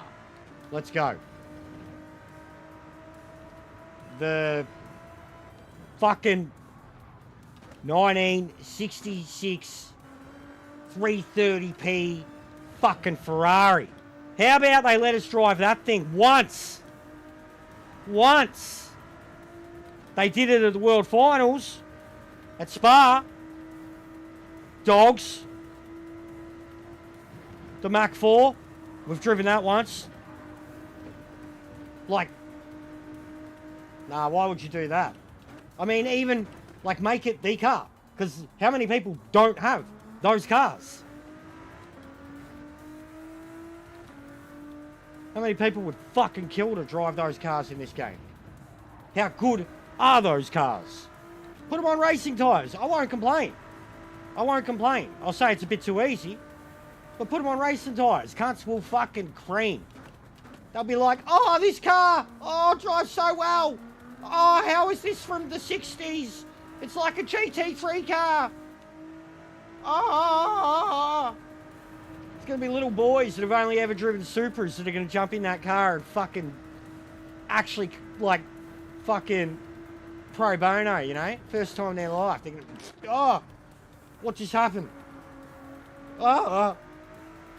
But why would they do that? Why would they throw in these legendary cars in the game and give us no reason ever to drive them? Hell, they don't even have an event related to those cars. They're the most expensive cars in the game. Most iconic race cars of all time. And they drive like a dream. They drive better than this fucking thing does. And we've never driven them. Ever. Ever. Yeah, proper death. What's going on, Plucker? Bro, even the Merc. The fucking... the tank. Give us the Merc at Spa.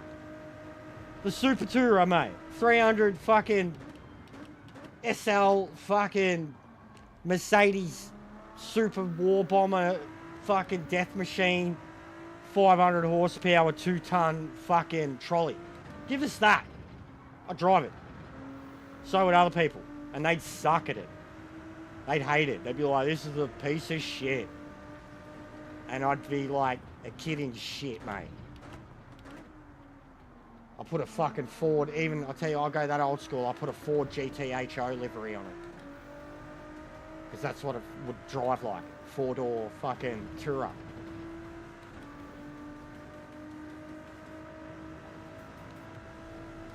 The Jag. Give us the Jag, mate. Give us any of them. Give us any of those Haggerty's cars in a race. Nah. Here's a fucking 86 and a BRC. Here's a Yaris. Here's a fucking Prius. Here's a fucking 4-wheel drive fucking hatchback. Electric fucking piece of shit. Here's an Afeela. What's an Afeela? Here's a Tesla.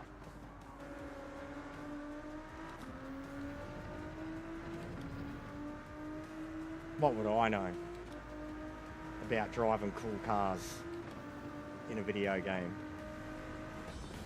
Wouldn't know anything about organising races built around driving cars from a great video game that are all historic and beautiful and neglected and shouldn't just be relegated to a fucking Haggerty's showroom collecting dust in some Arab cellar. No, Kaz. Alright? No shakes around here, mate. We drive our cars. I got 3 McLaren F1 GTRs too, Kaz. And I drive every one of them, mate. They're not sitting in the shed.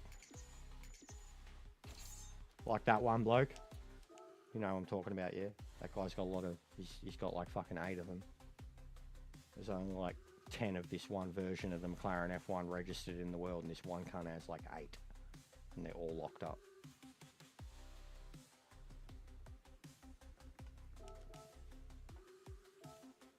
Nah, legit.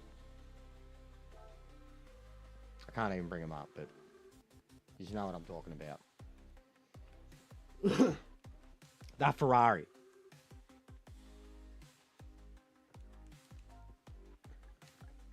That Ferrari. Because we have done the Mach 4. Oh, is it any good, Isaac? I've heard it's good. I've heard it's basic, like the gameplay, but I've heard it's good. Like if you are a fan of Indiana Jones, which I most definitely am, that your inner child will be very happy. It looks cool too. Like it looks good. The cutscenes look good. But it's meant to be a very simple kind of action-y stealth first person.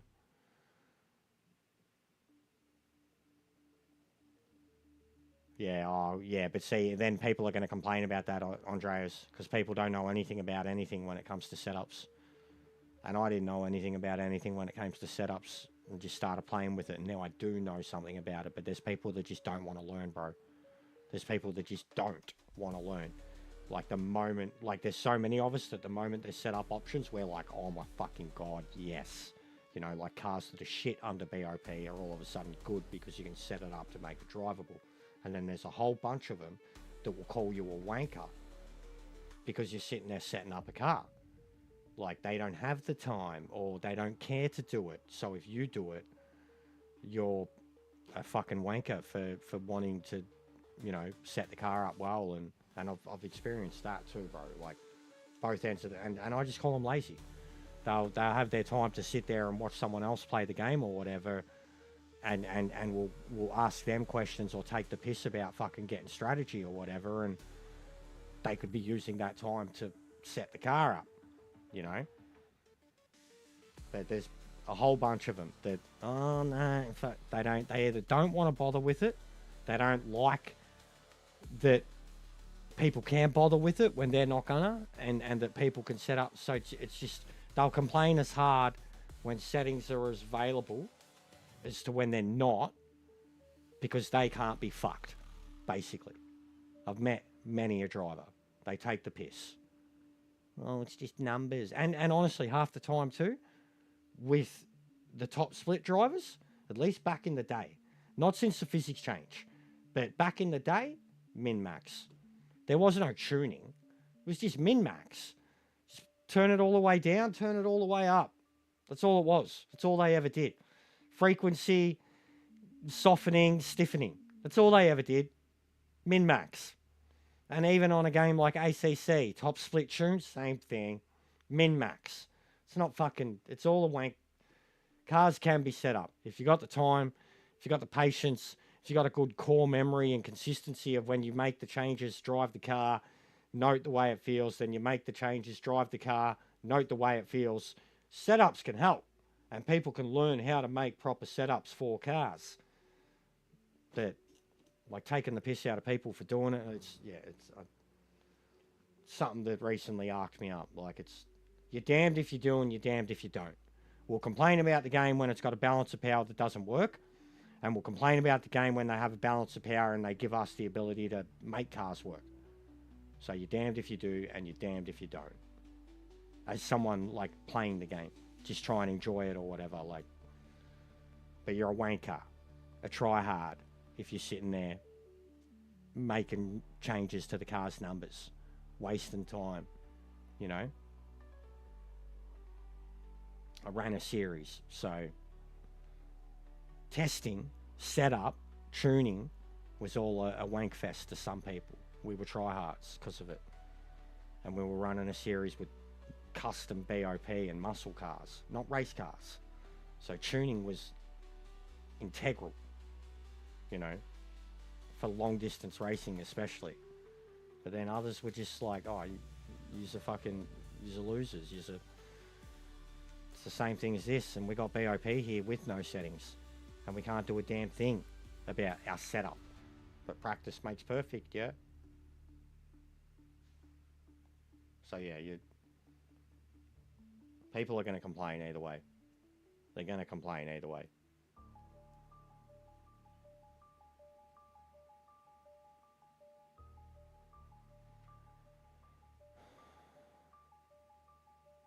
Yeah. Yeah, without... Yeah. Exactly. That's a good point, Andre. Yeah. Yeah. Yep. Yeah, you do it up, you're a fucking... Yep. That mentality. Play this game and nothing but this game for the last 3 years, but won't go out of their way to like even finish the game. And it's like, why play something that you don't enjoy, or that when other people enjoy it, they're not allowed to? And yeah, it's all too complicated. It's all too complicated, mate. Like, or it's fake. They'll find a way to criticize it one way or the other. Man, the single player side of setups, like, fuck.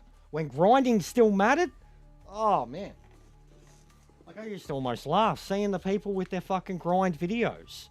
And they're like, they've got a fucking Lambo GT3 or a fucking F1 car or a Group 2 car or a Group 1 car. And like, Group 1 for Sardinia 800. F1 car for Group 1 races. And then like Group 2 for Le Mans or Spa GT3 races, right? For the grinds. And here I was doing them in me fucking Ford GT40 and me Pantera and me 1977 Lamborghini Mirror and shit. Like, I used to fucking think, how bad must you be at the game? Like, that you have to fucking... You have to go out and play the AI in a car that's 2 categories higher to beat them in a race that's got distance in it and shit. I never said anything. I used to just see all this stuff and think, how bad are you at this game? What's going on, J-Dog? Like, how bad are you at the game? Do you need... How bad are you that you can't beat the game on its terms? or that like you can't even lower your terms and beat the game on a standard that's considered hard, because the game's not hard. Hardest thing in it's the super licenses, man.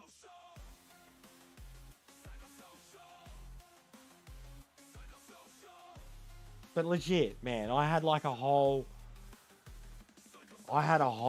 collection of like 50 road cars for the Le Mans, for Le Mans alone, the Le Mans 700.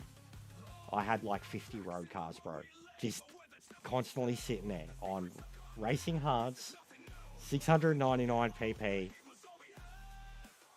They weren't fucking 700, 800 horsepower. They were tuned. They were all like 600 horsepower mark, 1,000 to 1,500 kilo. Like, they were set up strictly and solely for Le Mans. Like, top speed, good braking, good churning. Like, I loved that shit. I did that shit so much. When I see people, how do I beat this event? Or fucking, this is my grind car or whatever. Like, don't you get bored? Don't you get bored? Beat Group 4s in fucking... Did it in some pretty piss sweet cars. Even the Dino. I remember doing the Le Mans 700 in the Dino. 246 at like 650 pp. And it kicked the shit out of the GT4s. It couldn't go as fast as they could on the straight. They only get like 270 tops and it sounded like it was going to blow up. But fuel, tyres, handling, like everything. I don't even think it needed fuel. Like, could drive in the wet. Even just the wet shit. The amount of those cars that I drove just to see what they'd be like in the wet, man. And then once we started Trans Am, that became the thing. Like, what Trans Am cars could I fucking win the Le Mans 700 at? A lot of them. A lot of them. Depend on how wet it got, but a lot of them.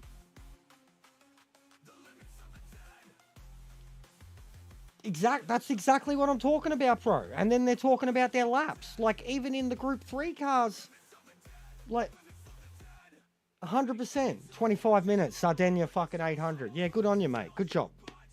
Good job, buddy. Good job with your Group 1 car. Good job. Took me 2.5 minutes less in a Group 3 car, you know? It's like you... Good job. But I get it. They're trying to do it as fast as possible. But don't do do a timed one. Like, the Sardinia 800 against Group 3 cars, and you're doing it in Group 2, Group 1. Like, at least Le Mans is weather. Like, that's why the Le Mans, Spa, and the Tokyo 600. They were my three. Because weather. Rain. Weather. Like, especially... Tokyo 600 was like one of the best and most unique road car events ever. You had to have a car really well set up to do it. Le Mans was easy, just depended on rain, fuel load. You could pit 3 times and still win Le Mans on fuel. Like, ridiculous. And then the Spa one was the hardest one. You had to... I made some bad choices in the Spa one, especially once I like got to nighttime or got full wet. And you're in this old fucking car trying to race around race cars, like, it'd get hard. But I loved that shit. I lived for that shit. Like, that's what made me a fucking better racer. Like, doing that shit. So, yeah, I agree.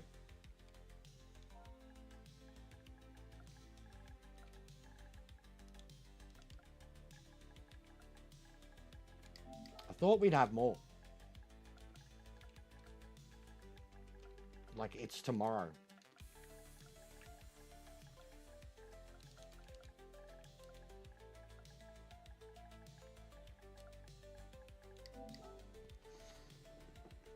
Oh, it's just practice, bro.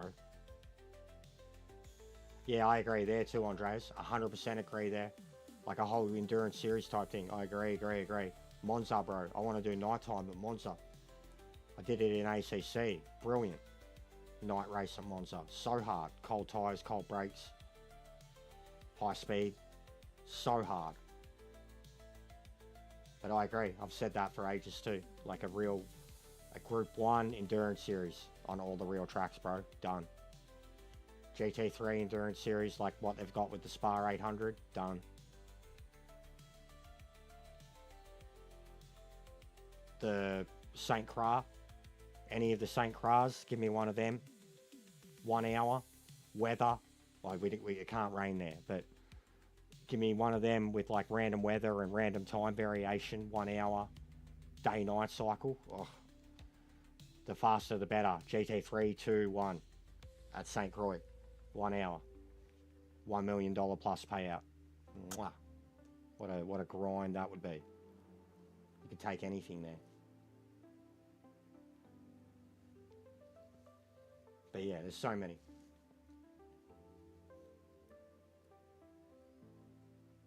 And even with the new custom Sophie, like I've already had a look at it, they didn't adjust any of the payouts or anything accordingly. So it's like, you might as well still be doing a custom race on professional difficulty. The custom races with Sophie, as much as you can actually put in proper settings, you still can't make mandatory tyres. You can have damage, you can have penalties, you can have fuel rate and tyres, but you can't make mandatory tyres. So even that, like, what's the point? You can't make a proper, you know, length, because the payout's still, like, it doesn't equate to more. You'd still be better off doing a half hour or a 1 hour race with less AI, essentially, like a shitter AI. So like even their all right, here's the ability to make the game way more enjoyable, but the payout's still going to be abysmal and take as much time. So they dropped the ball with that too. I really thought when we got custom Sophie races that it was going to up the game in terms of grindability for people, but it's still the same. There's no difference, except it's harder. Like, and most of the people that are still grinding the game, they need it easier. It's people like us that would only do grinds if it was harder, for the fun of it. And they don't give any of those people anything. Like, the missions alone, it's been the biggest thing. We haven't had a mission update in over 2 years, and the biggest thing that people have screamed for is a whole series of missions that are endurance races. It's been the biggest thing that, like, hardcore fans that couldn't give a shit about sport mode or anything, that all they've wanted out of this game forever now is the endurance. Even if they're missions, like, technically they used to have a whole fucking another tier, you know, they were the last tier of racing in all the old Gran Turismos. But even a you know, 6 missions or 8 missions or whatever that were 1 hour, 2 hour races at all these different tracks, the amount of content that they give, even if everybody knocked them off in one go, that's fucking 20 hours of single player content they've just handed out. That's repetitive, you know, that could be repeated and grind for money. And yeah, I've had all of them for I had the potential to have all of them about a year ago, but I only, like, 6 months ago finally went and bought them all. But I didn't need to. I've had the platinum trophy after 6 months.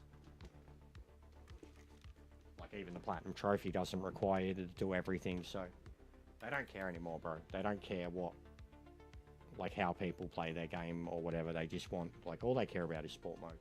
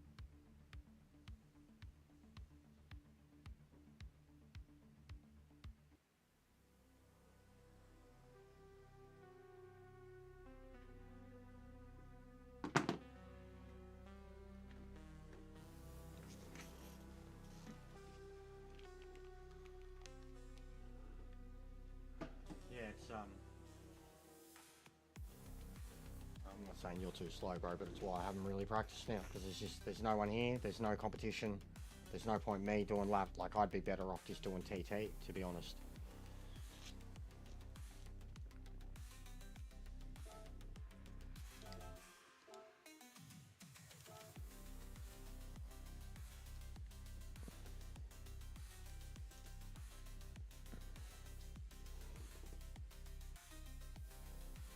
Oh.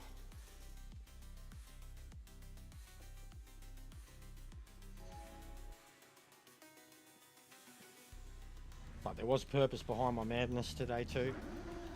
As I said, early stream to get it locked in, which I have. I've already beaten my lap TT. And because I didn't stream Cyberpunk last night, had an early night, I was going to stream that in the afternoon. I try to keep it more of a nighttime thing, but it's not my problem if people see it in daylight hours or whatever, and they're not meant to. They're all uploads that are tagged, not for I don't know how Tom's fucking...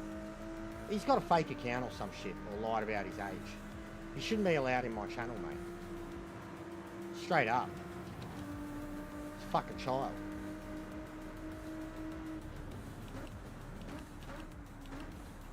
But yeah, even old mate here in the BMW, like he's eager for us to get out there, and he's a B-rated driver. We've already been heated out.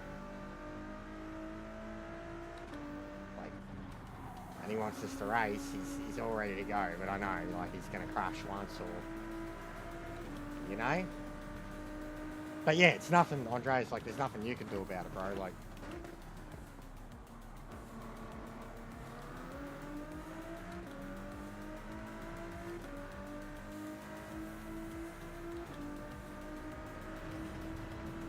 There's just no point me doing, like, even with Deep Forest, I don't want to get in the mindset of any other car, any other track. I just want to race Sardines.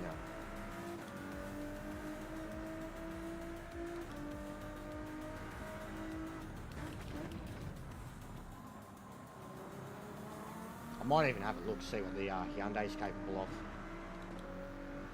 Jump over to the other account, do some TT.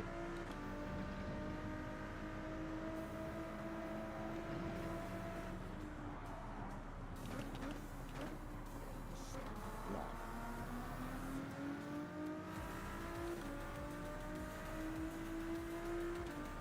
Can be.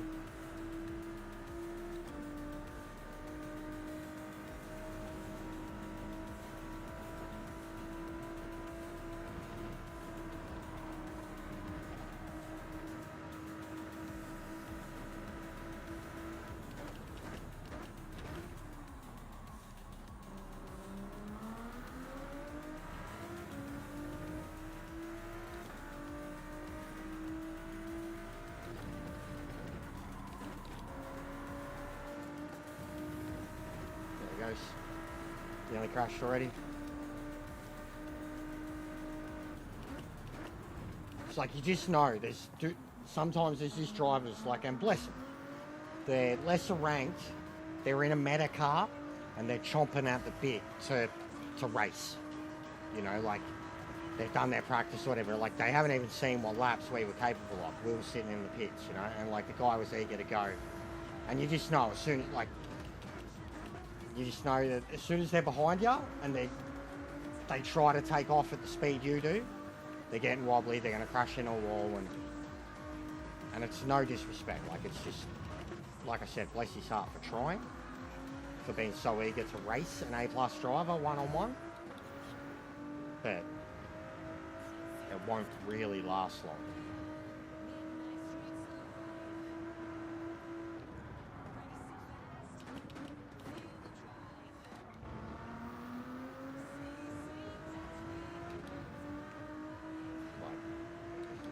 The more I use my acceleration, the more he'll try to keep up, the more he'll crash.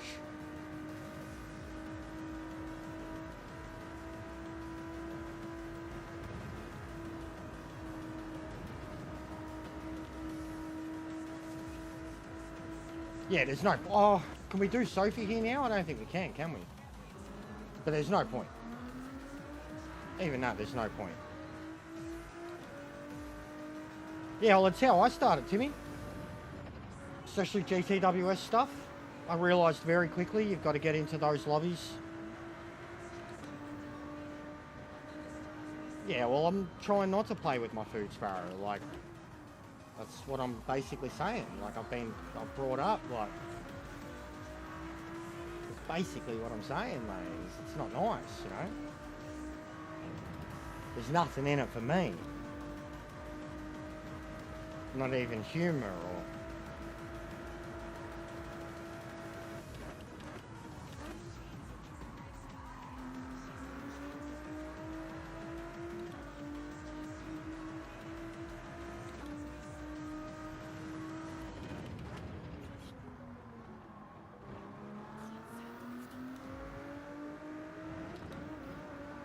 Look at that.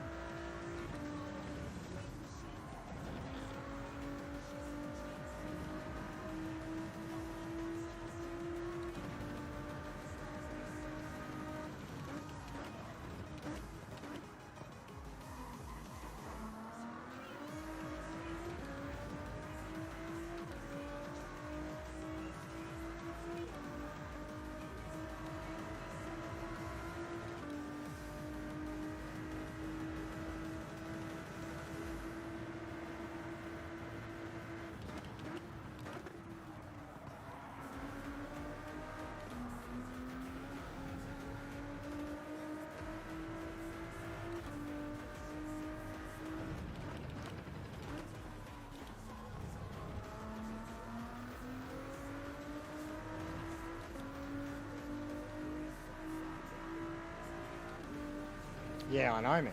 I know high 39s. It's ridiculous.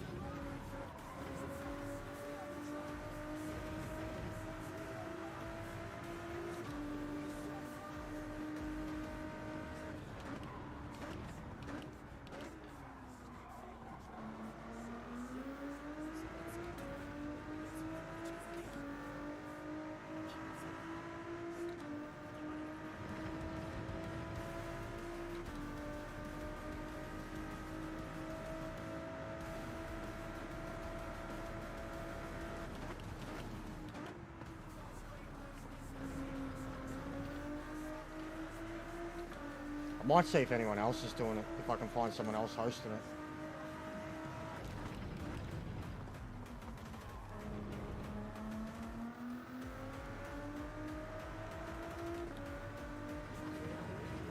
But I've absolutely just dropped the hammer.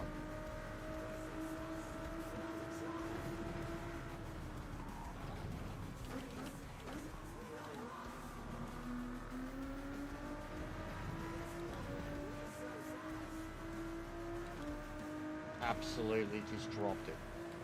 About a second faster.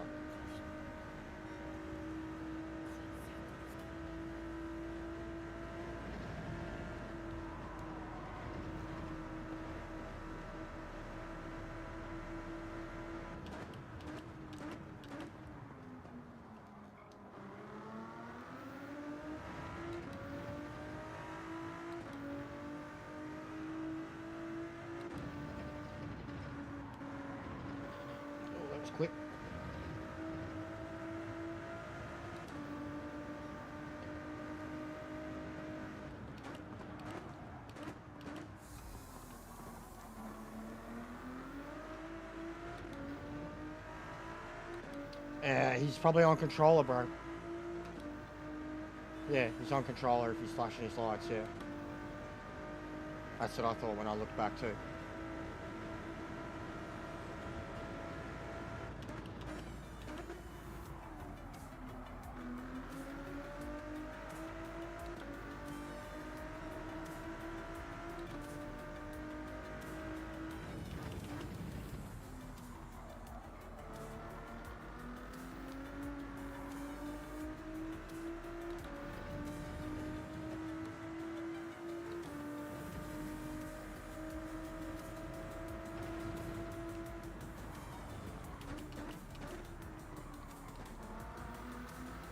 Oh, what an exit. Didn't even lift.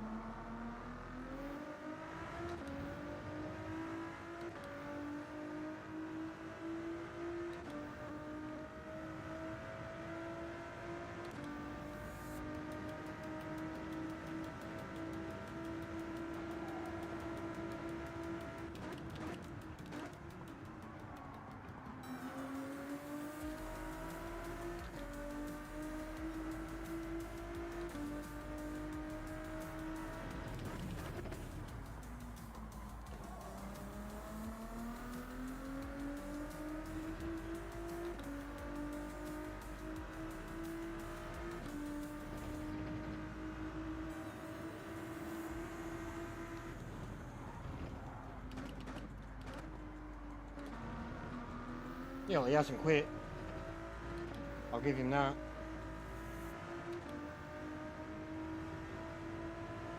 He's got to be doing at least mid-40s, 42, sorry. Which for a B rated, decent.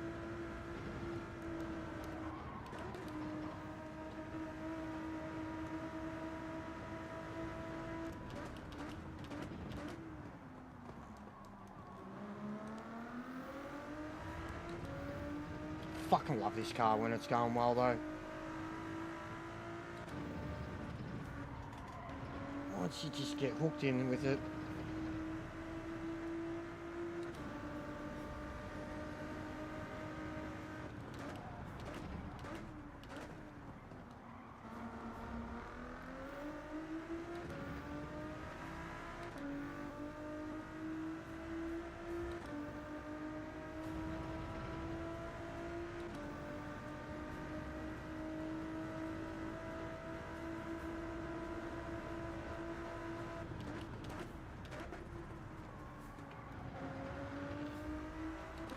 Oh, exit.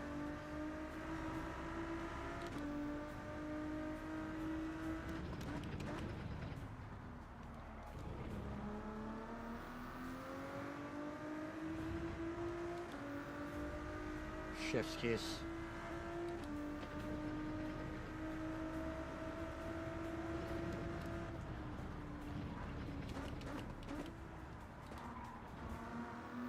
Lucy.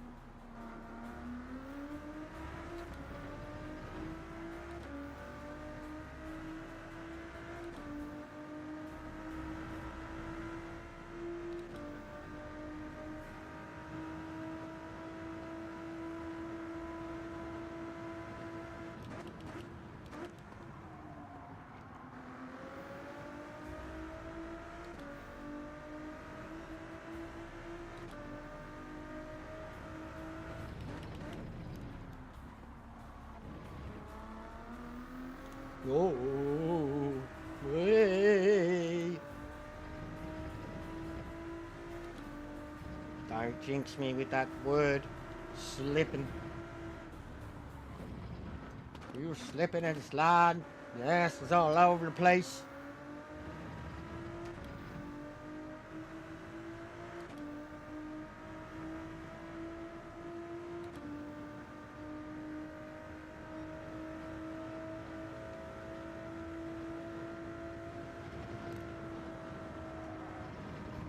Oh, full fucking send.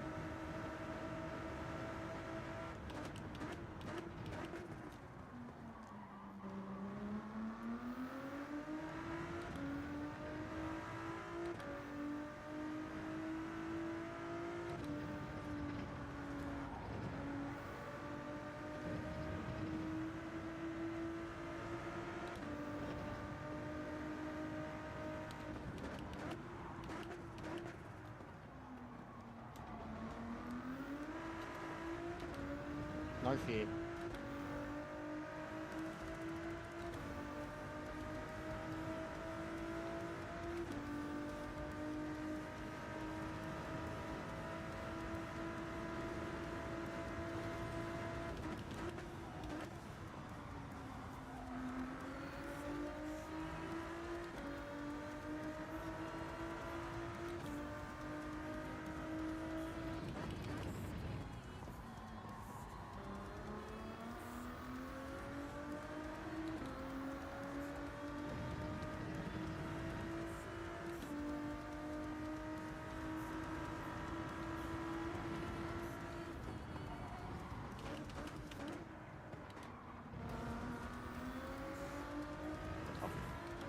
That's the most thing I've figured out from this session today, at least, is that turn. Same with the TT. There was a big thing that I was doing wrong at that turn. And now I've got it figured out. Which goes on to lead into this one.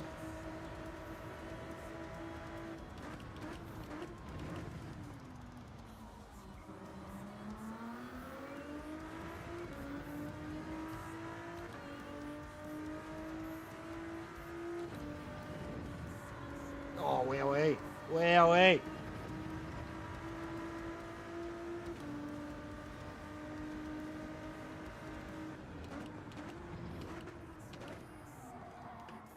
Too late.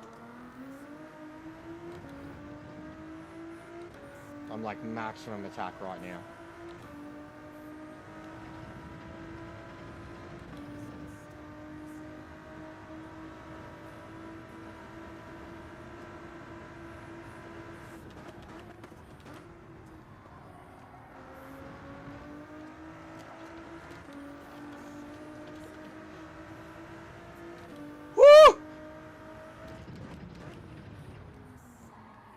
How did I hold on to that and still be within a tenth?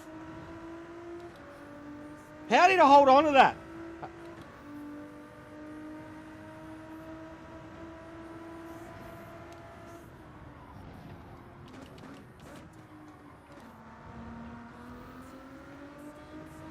How did I hold on to that?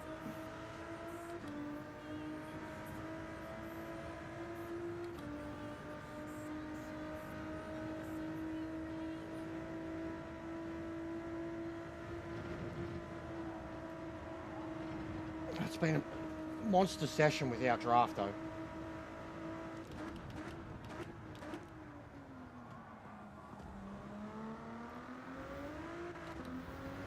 I had no choice. It's true. Look at this, though. Look at this. Look at this. I'm not lifting like I am. I'm lifting a little, but I'm not like ever full lift. I am full throttle through that whole section now. No brake. I aim for that inside lip, and I'm on the throttle around the turn. Blind.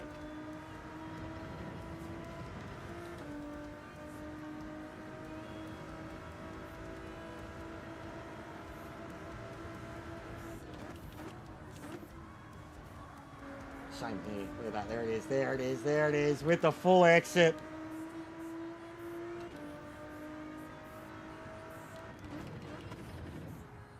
And then here, I've started nailing that one. And then here, the full, nothing. Just from the moment I go left, full throttle.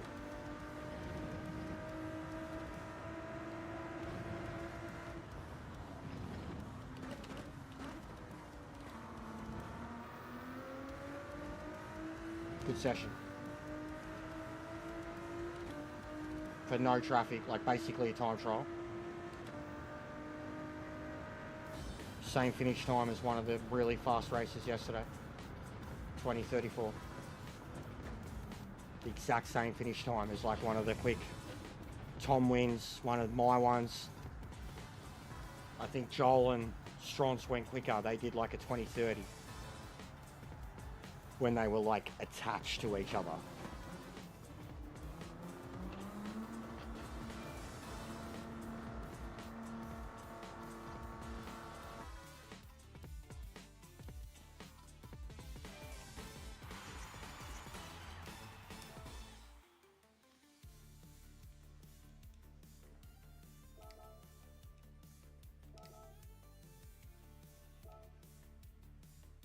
Yeah, wow. 1 second faster. Yeah. Yeah, I noticed that you and Smush, you were pushing into the high 41s, like, and I remember you were having that convo because he was asking you if you thought you were capable of it on your own. Like when you were qualifying, you were nearly getting to the 41s, and then during the race, you just ran them. And then you were having that convo about, do you think you could get them on your own? And like yesterday, we were getting them on our own. I mean, Tom ran a 41 flat in quali. Like even everybody else had done a really, really good like mid 41, and then he pulled out a 41 flat, and everyone just went, "What the fuck, man?" Like.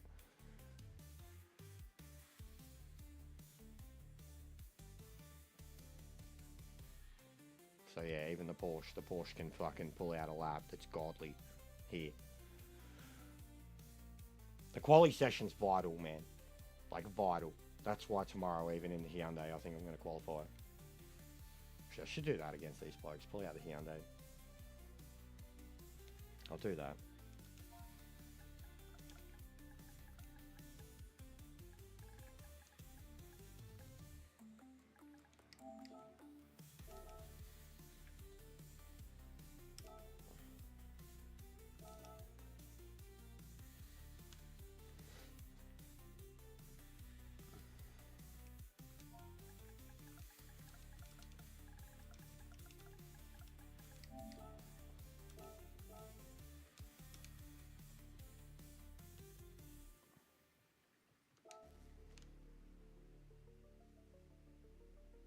Yeah, that's what I was going to do too, bro.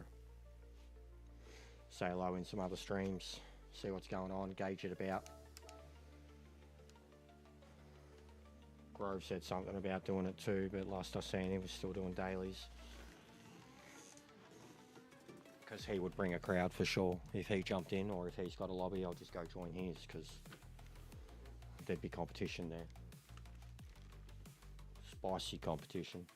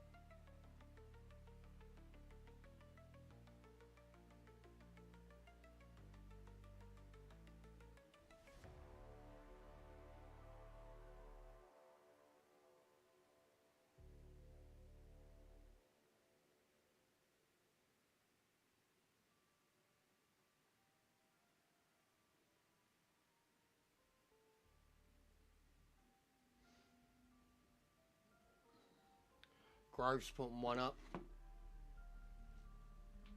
so I'll join that. Add me, Andreas. You'll be able to fucking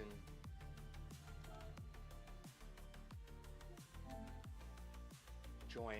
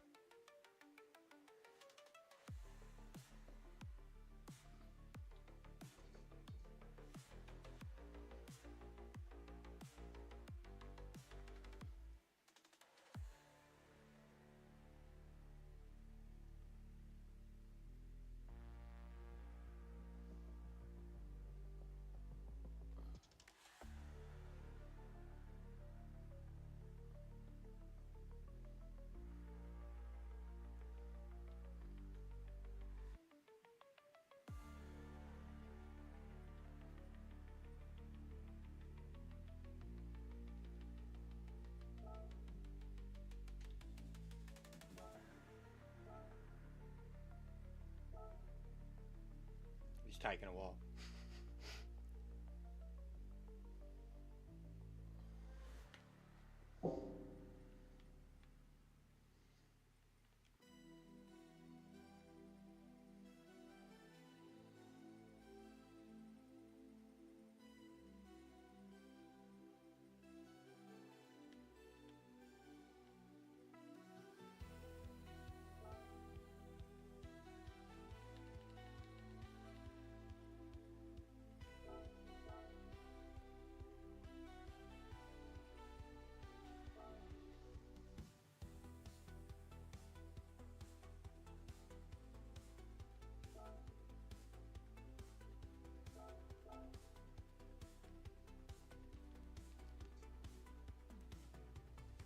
Alright, I'll be back.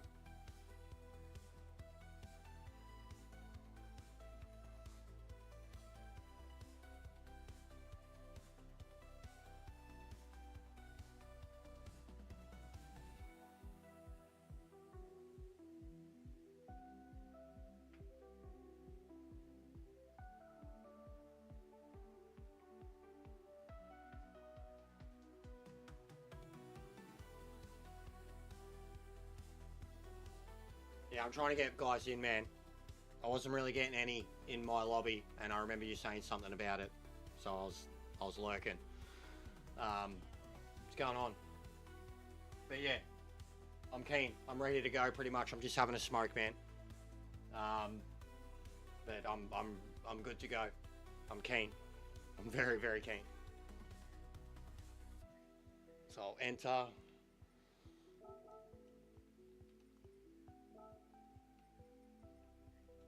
Yeah. But I'll be back in a few minutes, man. We've just been having a few. Alright, cheers.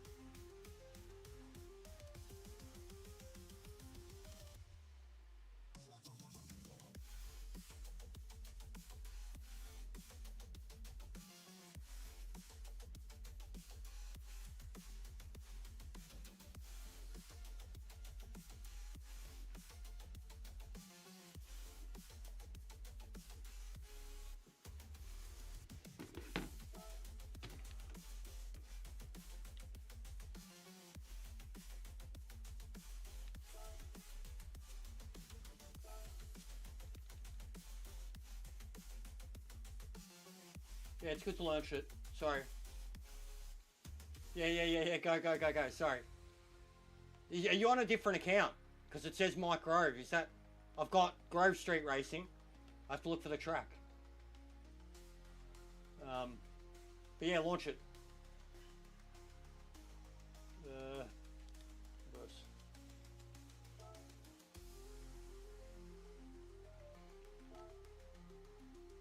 But yeah, go.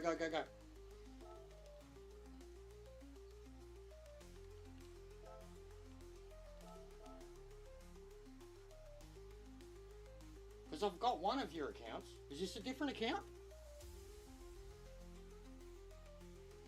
Or is it just your name comes up as fucking Mike Grove? Because I think I've got the display names on. Because I swear I've got... Is it that one I've got?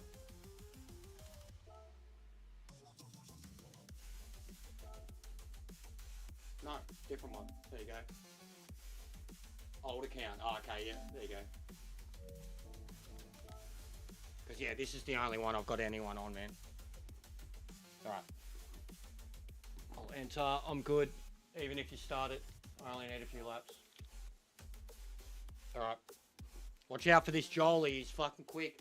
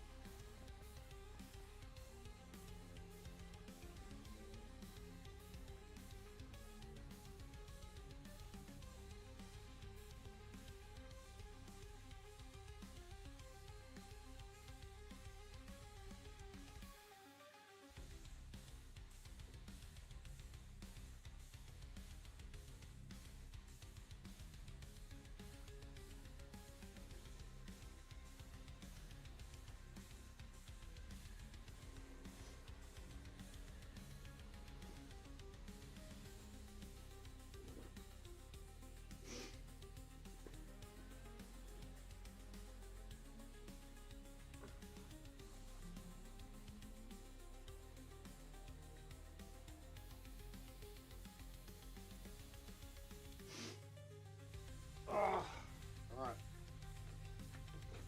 I'm good. Getting a bit warm.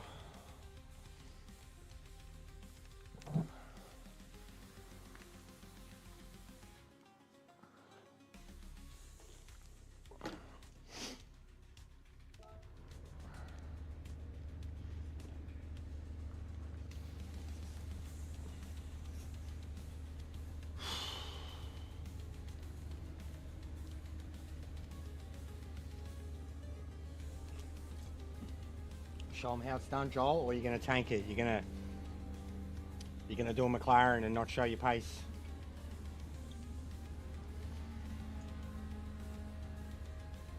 Sounds like a Joel thing to do.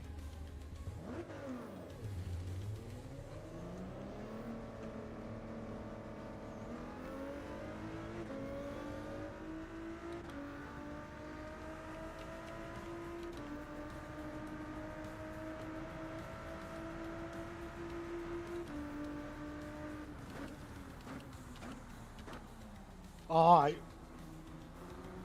what? He was watching me. My bad. Different dudes.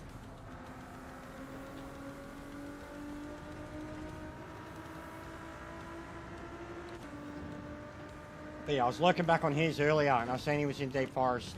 I actually voted for the GTWS myself, and then You seen it? I was saying, like, I wonder what he's doing. I opened up his stream. He was opening the, literally, like, creating the lobby. So I was like, yeah, done. Then I went away again and I was still trying to check in on another mate's stream. And then I come back and see I wasn't connected. And then I go back to his stream and I see him looking at my stream. Like, fucking hell. But yeah, I'm keen because I want competition. I'll be worried because the American connections. But competition.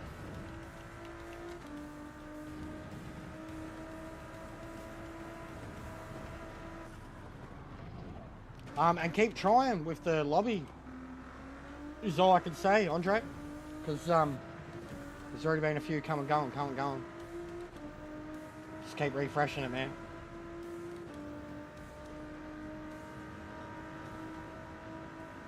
Or get into his stream. Be like, can anyone make room for an A-rated driver?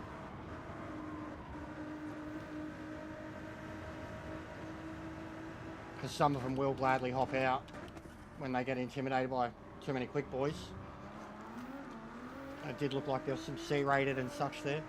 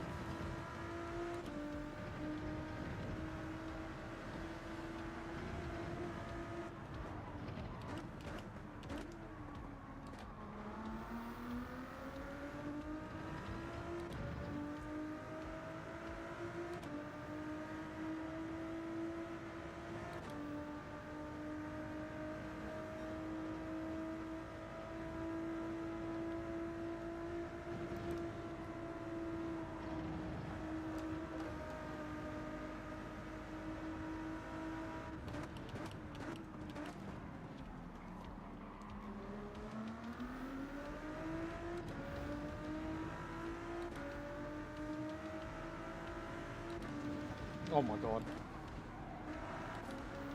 Fucking hell.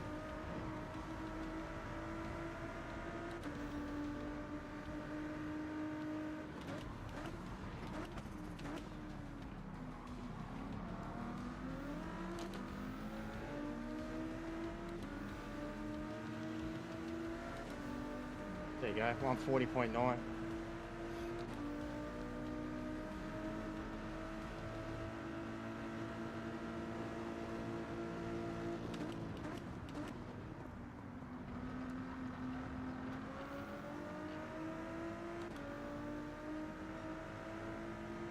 Bro, I've passed two dudes.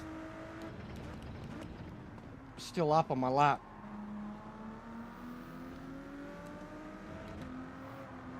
What are these? I'm already just, I'm trying to start my lap and I will finish my lap and I've got a Porsche in front of me warming up his tyres, mate. Like, and then the GTR, yeah, we'll wait till quali. We'll wait till quali. That's fucking sloppy. There's a slot, guys. There's a slot. And also there's 3 C-rated. Yeah, and of course, one of them was a C-rated. C, and what was the GTR? A B. So I was just dealing with a C, and a B in that half a lap.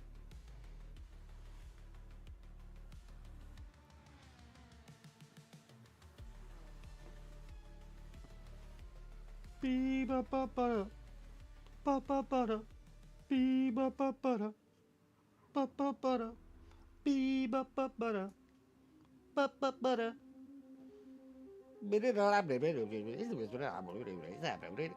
I'm a skip man.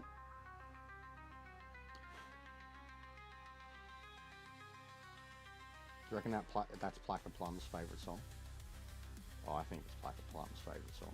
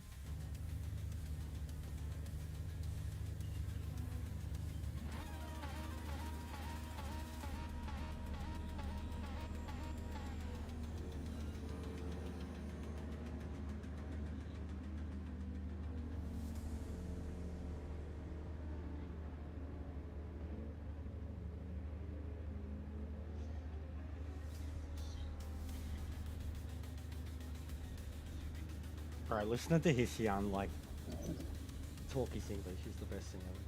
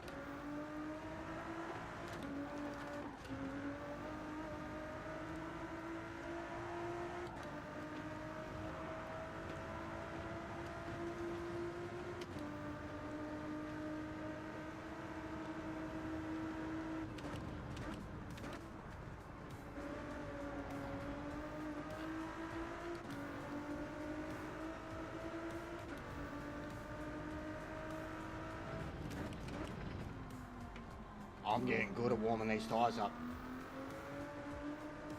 In the outlap, I'm getting good at it. It's going to be vital. Like, it's not with such a long quality, but if you can get a fucking banger of a lap instantly, it's going to put you in a comfortable position for the rest of the quality at least. Instead of you fucking stressing trying to get one out of your asshole because you keep trying too hard. Get those tyres going. Because, man, you can still get an FL lap 3, lap 4. But you don't want to be in that position. You want full fucking grip straight away.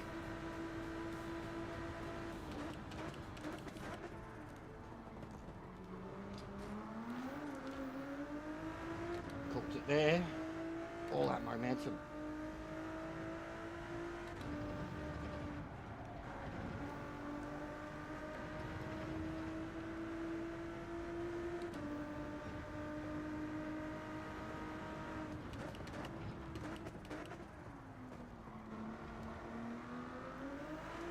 Too much braking.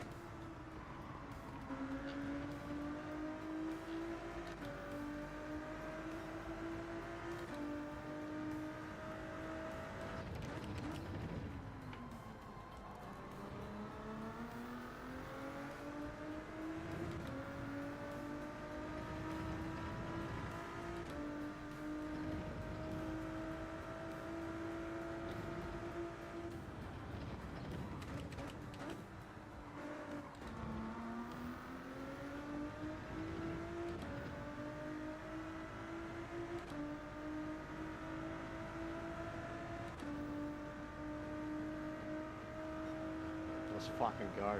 Straight away, 41.4. That's what I'm talking about. That's what I'm talking about. The ability to go boom, straight away. And it's something I've been struggling with lately. The ability to just fucking not take a couple of laps to build to that time, but get that time lap one. And I've really failed being able to do that lately. If at all.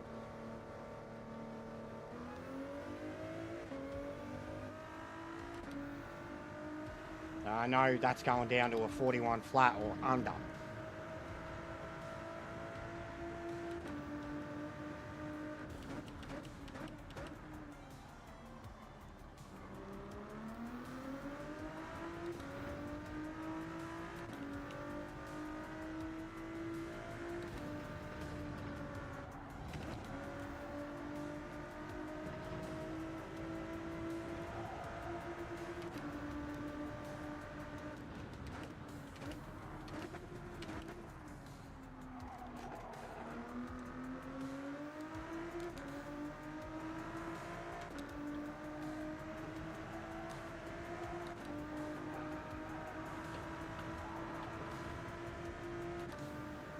Like, I'm deliberately trying to scrub my tyres.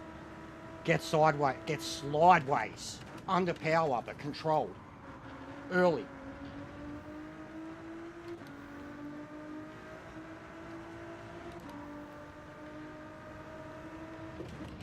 Because I want to come into that turn. I didn't quite get it then, but from here, flat foot, full grip. No problem. That's all I'm trying to do. And then the rest, you know, is nail it in one lap.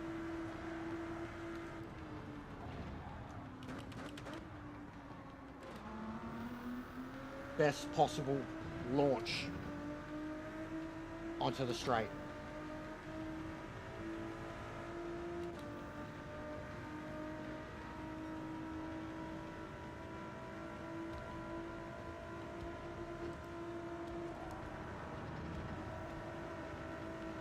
Wowee.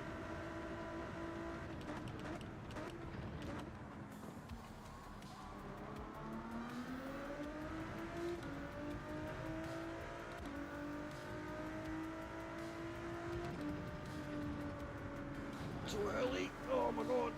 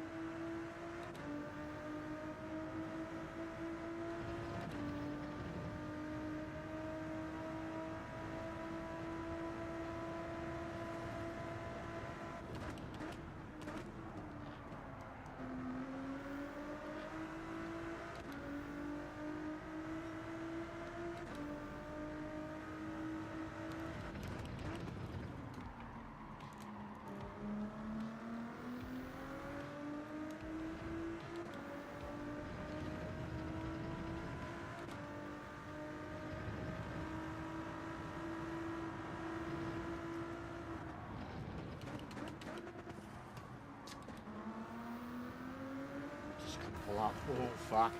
Just couldn't pull up.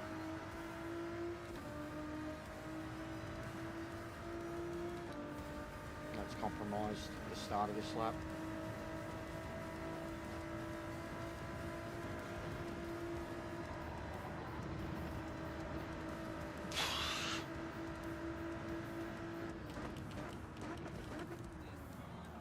Just couldn't pull up.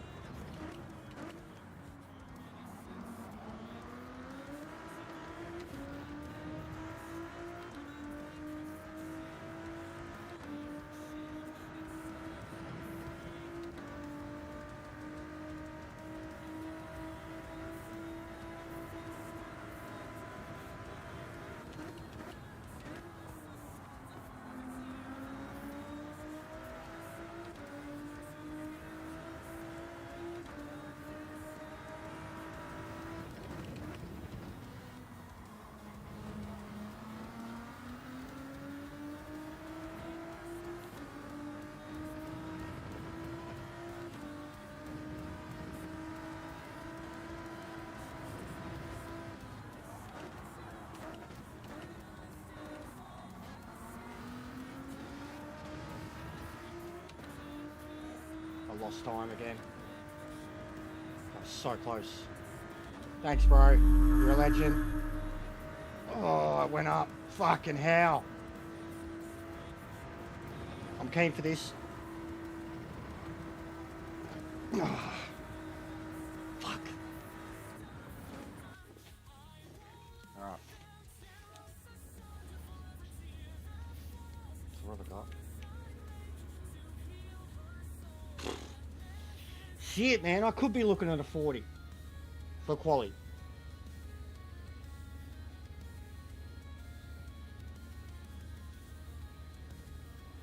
Yeah, big ups, bro. Thank you. Hope your lobby's stacked. Watch Joel kick the crap out of me. He's very quick.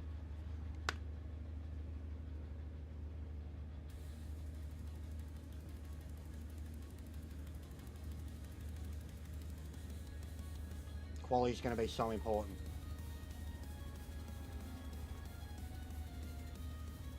So important.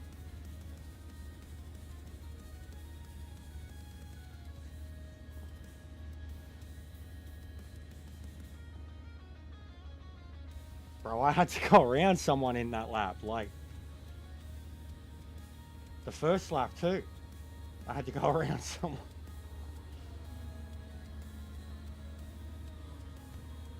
But yeah, even just a mid 41 straight off the bat, I'm happy with that. Like, I think that will be competitive at our level. Competitive, but a pole is going to be something like what's there now. Like, what car is he? Wreck. Merc too. Wowee, that's gun material. Look at that, Ming. Yeah, he's up there. He's up there. 370 races, 182 clean, 155 poles, 112 fastest, 139 wins, 241 top fives. No, that's my usual luck, Strongs. But yeah, it's 15 of 16, 12 entered, try it. I mean, they're doing quali. What's the worst that can happen? He'll relaunch it, we'll quali again. You'll still be in. Try. I mean, there's no plus, you know, you might, who knows, you might still relaunch it. Try to do what I do. With the set grid and who wants that headache?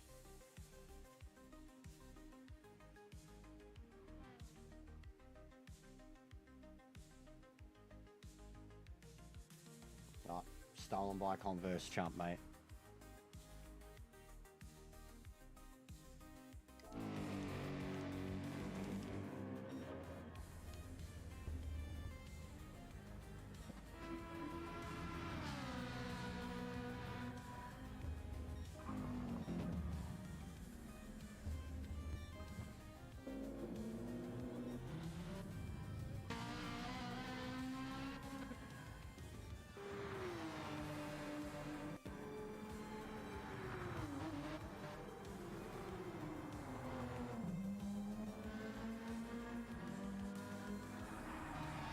I reckon the RCZ would be pretty good around here. I feel like it'd be super planted. Might not be fast, but I feel like it'd be super planted. Look at those gear drops, mate. Bit of a short shift with second, but those gear drops were sexy times. That's how I like to do gear drops.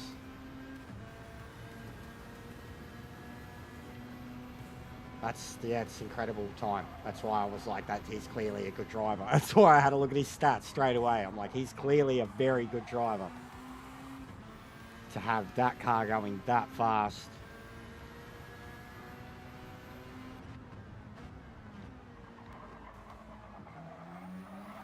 Yeah, the short shifter's killing him. Ride it out, bro. What's this bloke doing? Up ahead. Listen to the turbo in it. The whistle.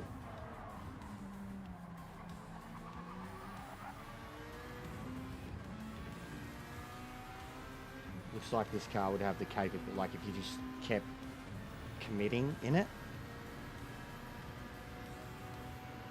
decent. But like, look at this little speed, 260.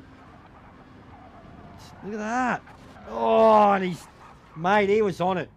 He was on it. If there was no dirty air there, fucking rip, bro. Rip.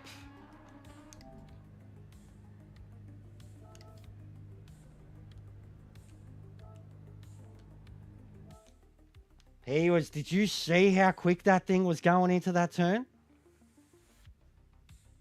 And it looked like netcode dirty air that threw him into the wall. He was over 250 kilometre an hour, just hooked in. Which, like, even watching the Lambos, that's what they're doing. I'm like, when I go as full send as I can through there, I'm pushing like 245 to 248, and I'm damn near scraping the wall. And then if I'm trying to go through there smoothly, I'm like 240. The car slows down at 240 and idles through. Like, it's slow through there in comparison to how fast it is down the straight. But that's quick. Hey, Timmy. Thanks, mate.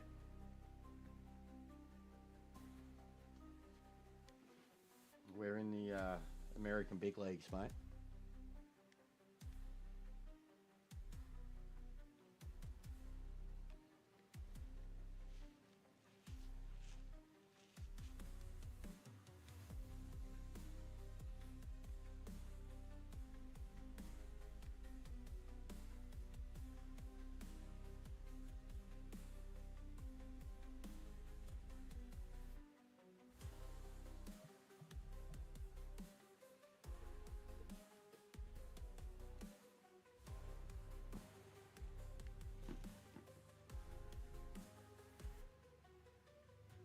Yeah. Yeah. I noticed it yesterday when I was watching the Lambos. Like, I was struggling when I'm going through 250, bro, I'm within an inch of life, like a centimetre to the wall. I'm grabbing it and somehow holding it off, you know, like you've seen me now a couple times where I've grabbed the wall and then on the exit of the next turn, I've grabbed a bit of the grass and like you've seen me wobble that whole last sector and be up. So it's like, there's no way you can do that consistently, safely, confidently. It's capable, but no, not for me. Every time, man, it's like every time.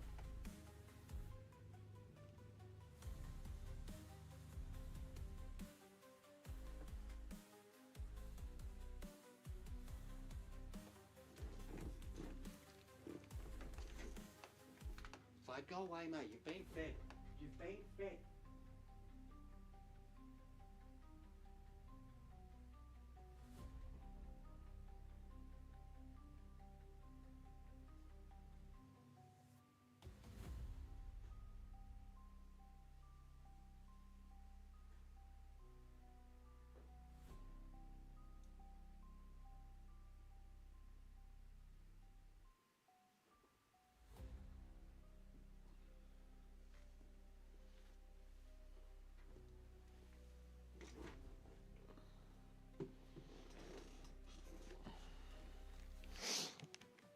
See? And I assume that guy's probably an A+. Yeah. He's the only other A+, and so, like, he's already asking the question, you know, qualify again. Not even a restart and let me start from the back. Qualify again, and then, like, sad face, and you just assume straight away, oh, that's someone who holds himself very highly. Meta's done it to me a lot. You know? You just know.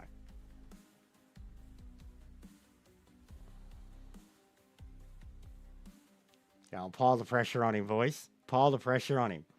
Give him the mental calamity of having to set this grid and allow all you blokes in.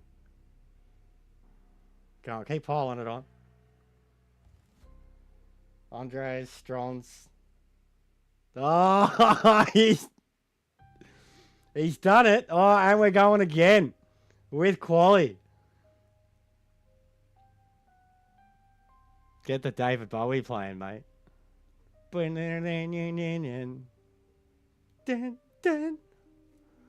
Pressure. Pressure. Raining down on me.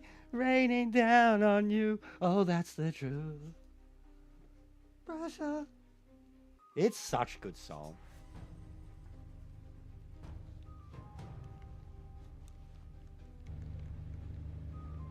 Fucking Bowie and Freddie, mate. The dream team.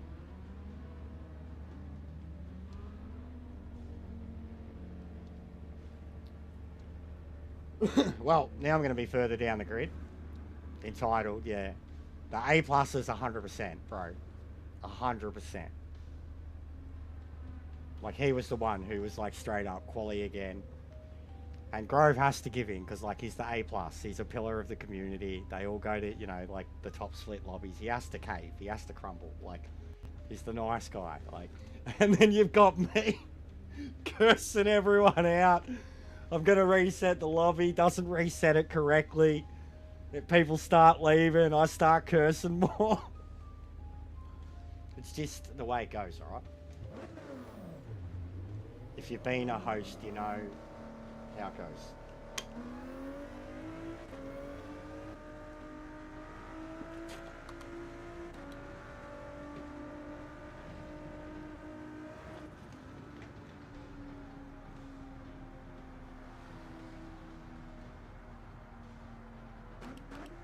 Gracias. Por favor.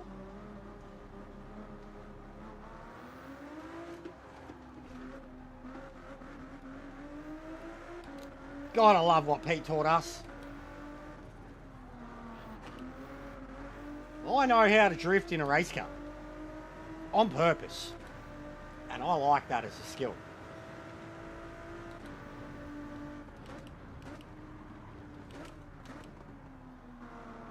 Doesn't look like much when you're watching it, but if you know. Everyone knows. Like, if you've been there, you've done it. You know that. Bop! Bop! The barp and the giggle, it's you know you're in control. Like, you deliberately get out of control. You're like, oh, that was fun. Bop! Bop! Bop! Bop! Oh, we got a little carried away there. Bop!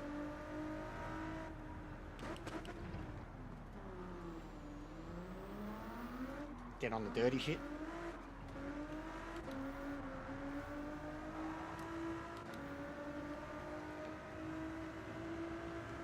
Come on, Carl, repair yourself. You're good. You're all good. You're all good. You're all good. Come on, hurry up. Thank you. Timing, impeccable.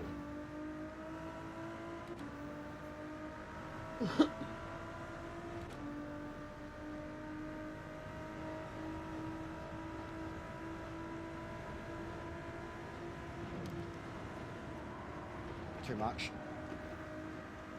Way too early, too much grass.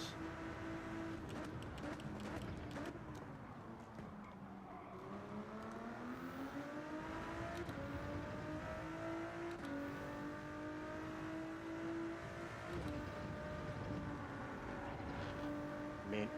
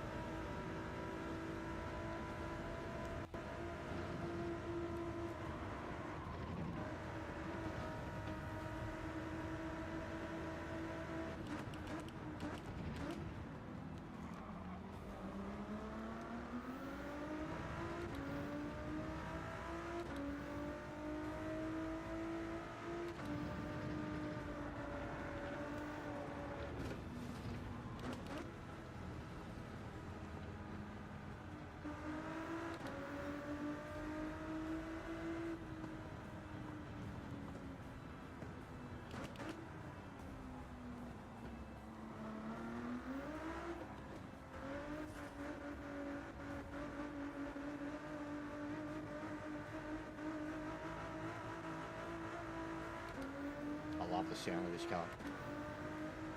Love the sound of this car.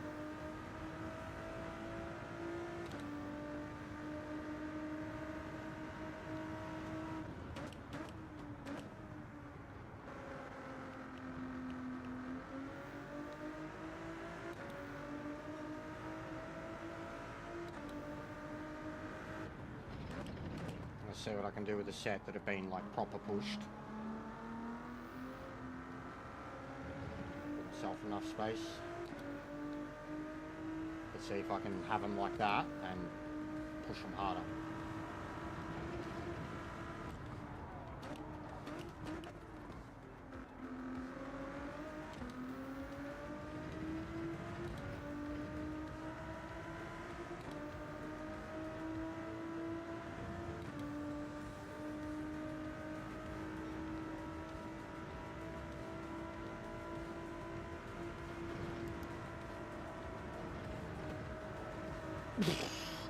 Too early, but committed.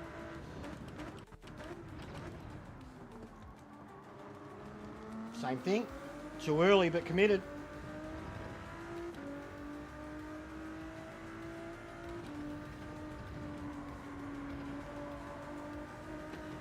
Lucky to not get a pen.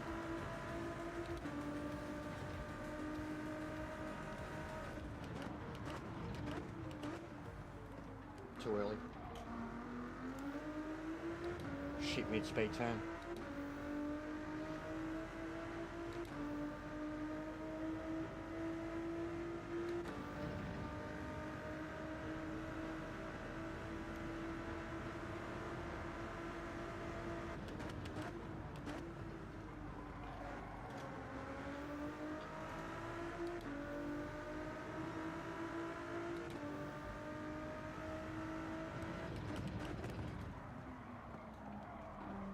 Absolutely cooked that.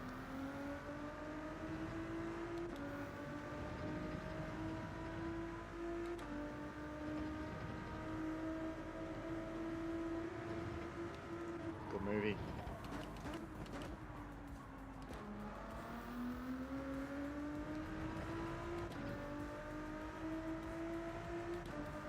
Very compromised lap.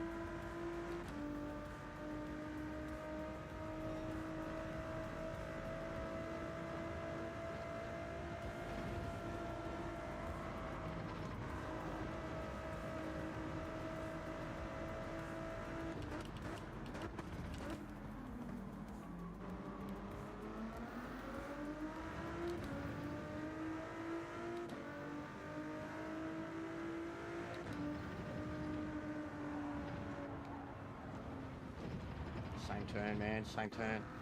Trying too much there now.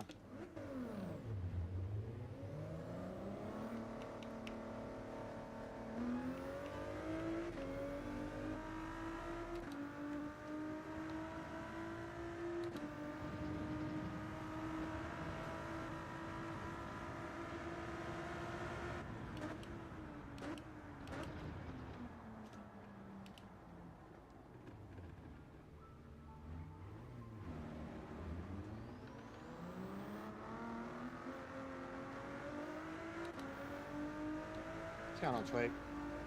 I think tonight might be good. Yeah, he's done it twice now too.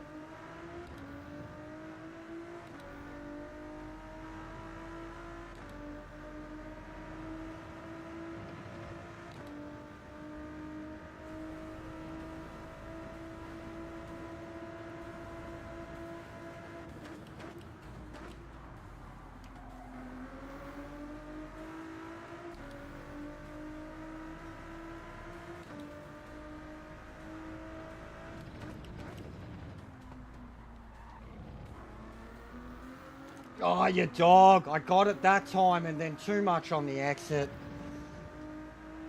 Ah, it would have been that too. It didn't matter that I was down. It was just, I pulled up enough for that curb.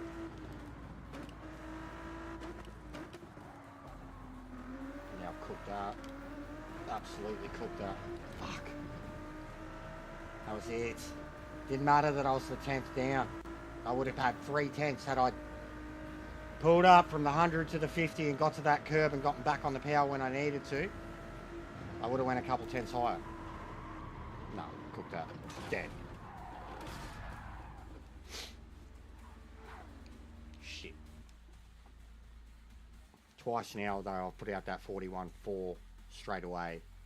But last time I improved to 41.2, which Joel's just busted out. Another one like that, so I'm getting knocked down now. And realistically, yeah, I want to get to like a 41.1 straight away. That's where I need to be. And I need to be pushing to get in the 40s.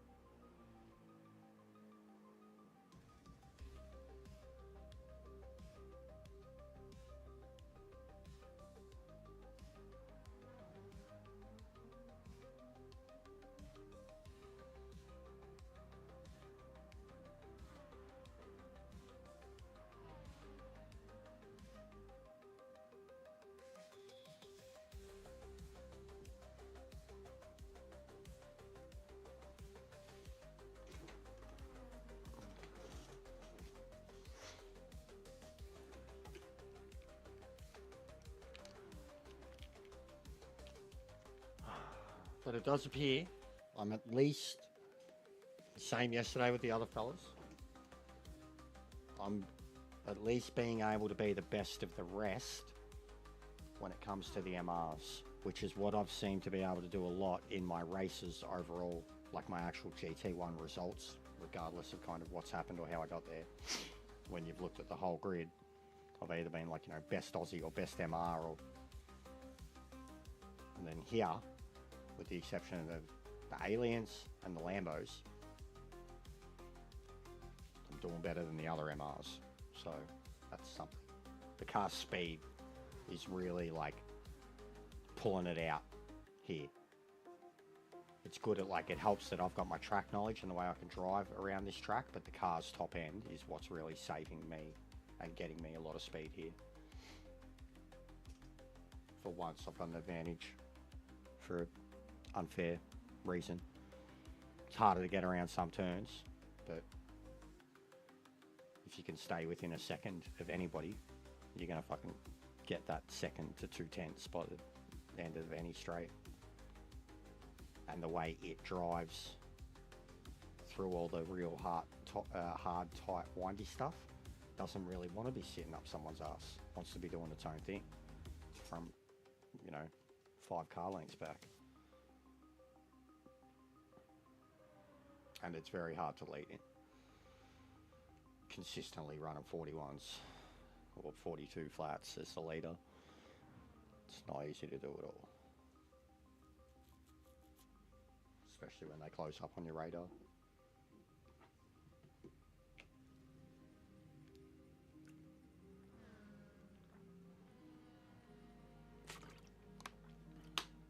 Now they've jumped me.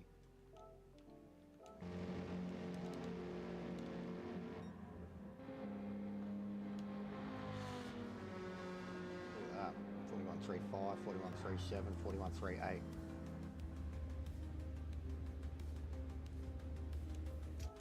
Tight.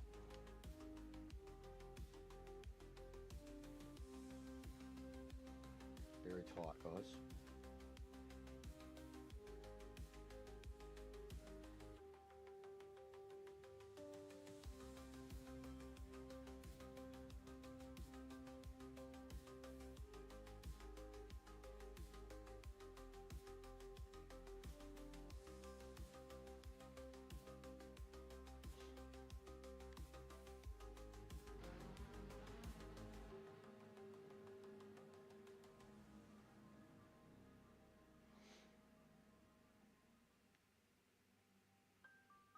there is.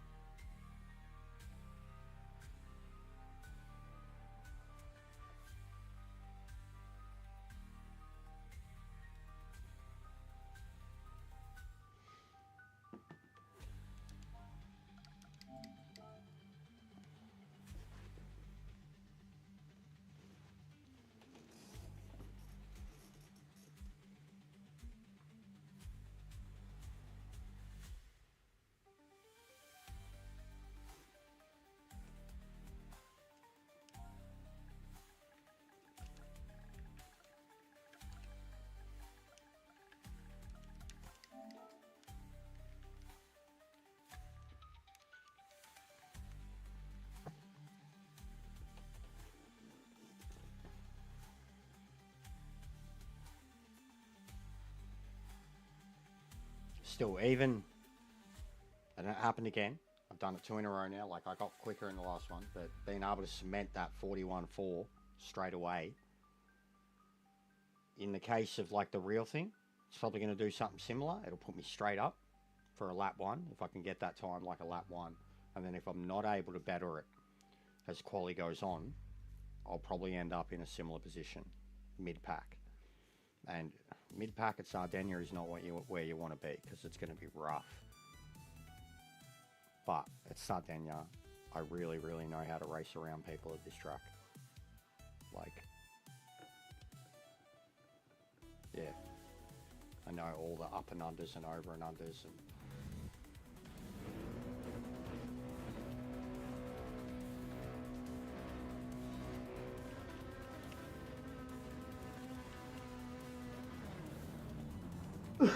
Alright, good luck everyone. Let's survive the first 2 turns and take it from there.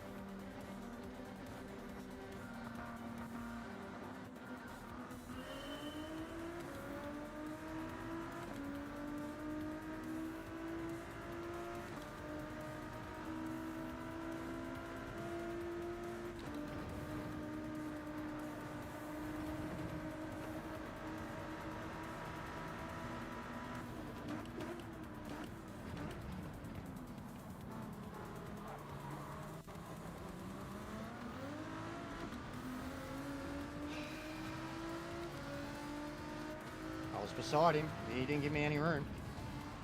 Just pushed me straight off. Whether it's him or his connection, but I was beside him and he just pushed me straight off. Especially considering he backed out early out of the turn in general, stayed to the right, and I had no choice but to go around him. There goes 3 positions.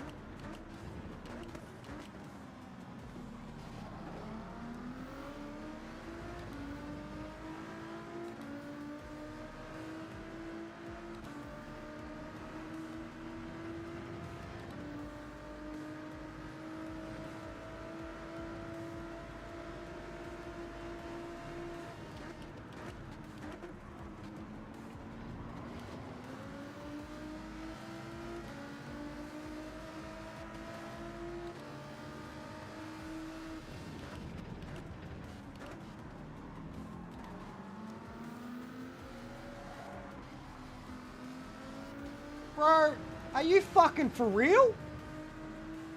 No.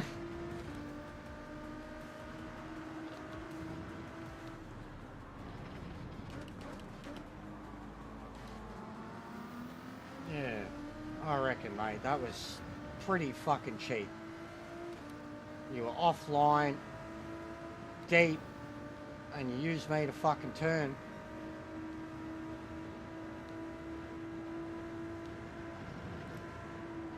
Like, fuck, this whole race to me already has just been beat up at the start, trying to catch up.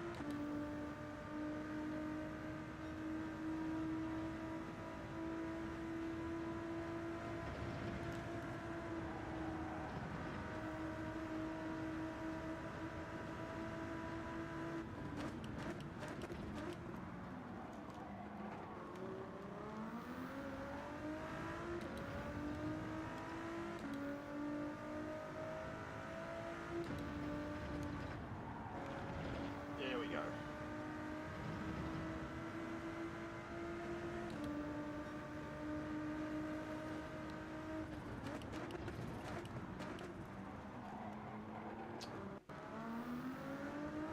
Getting off the brakes too late. Trying to go in too hot.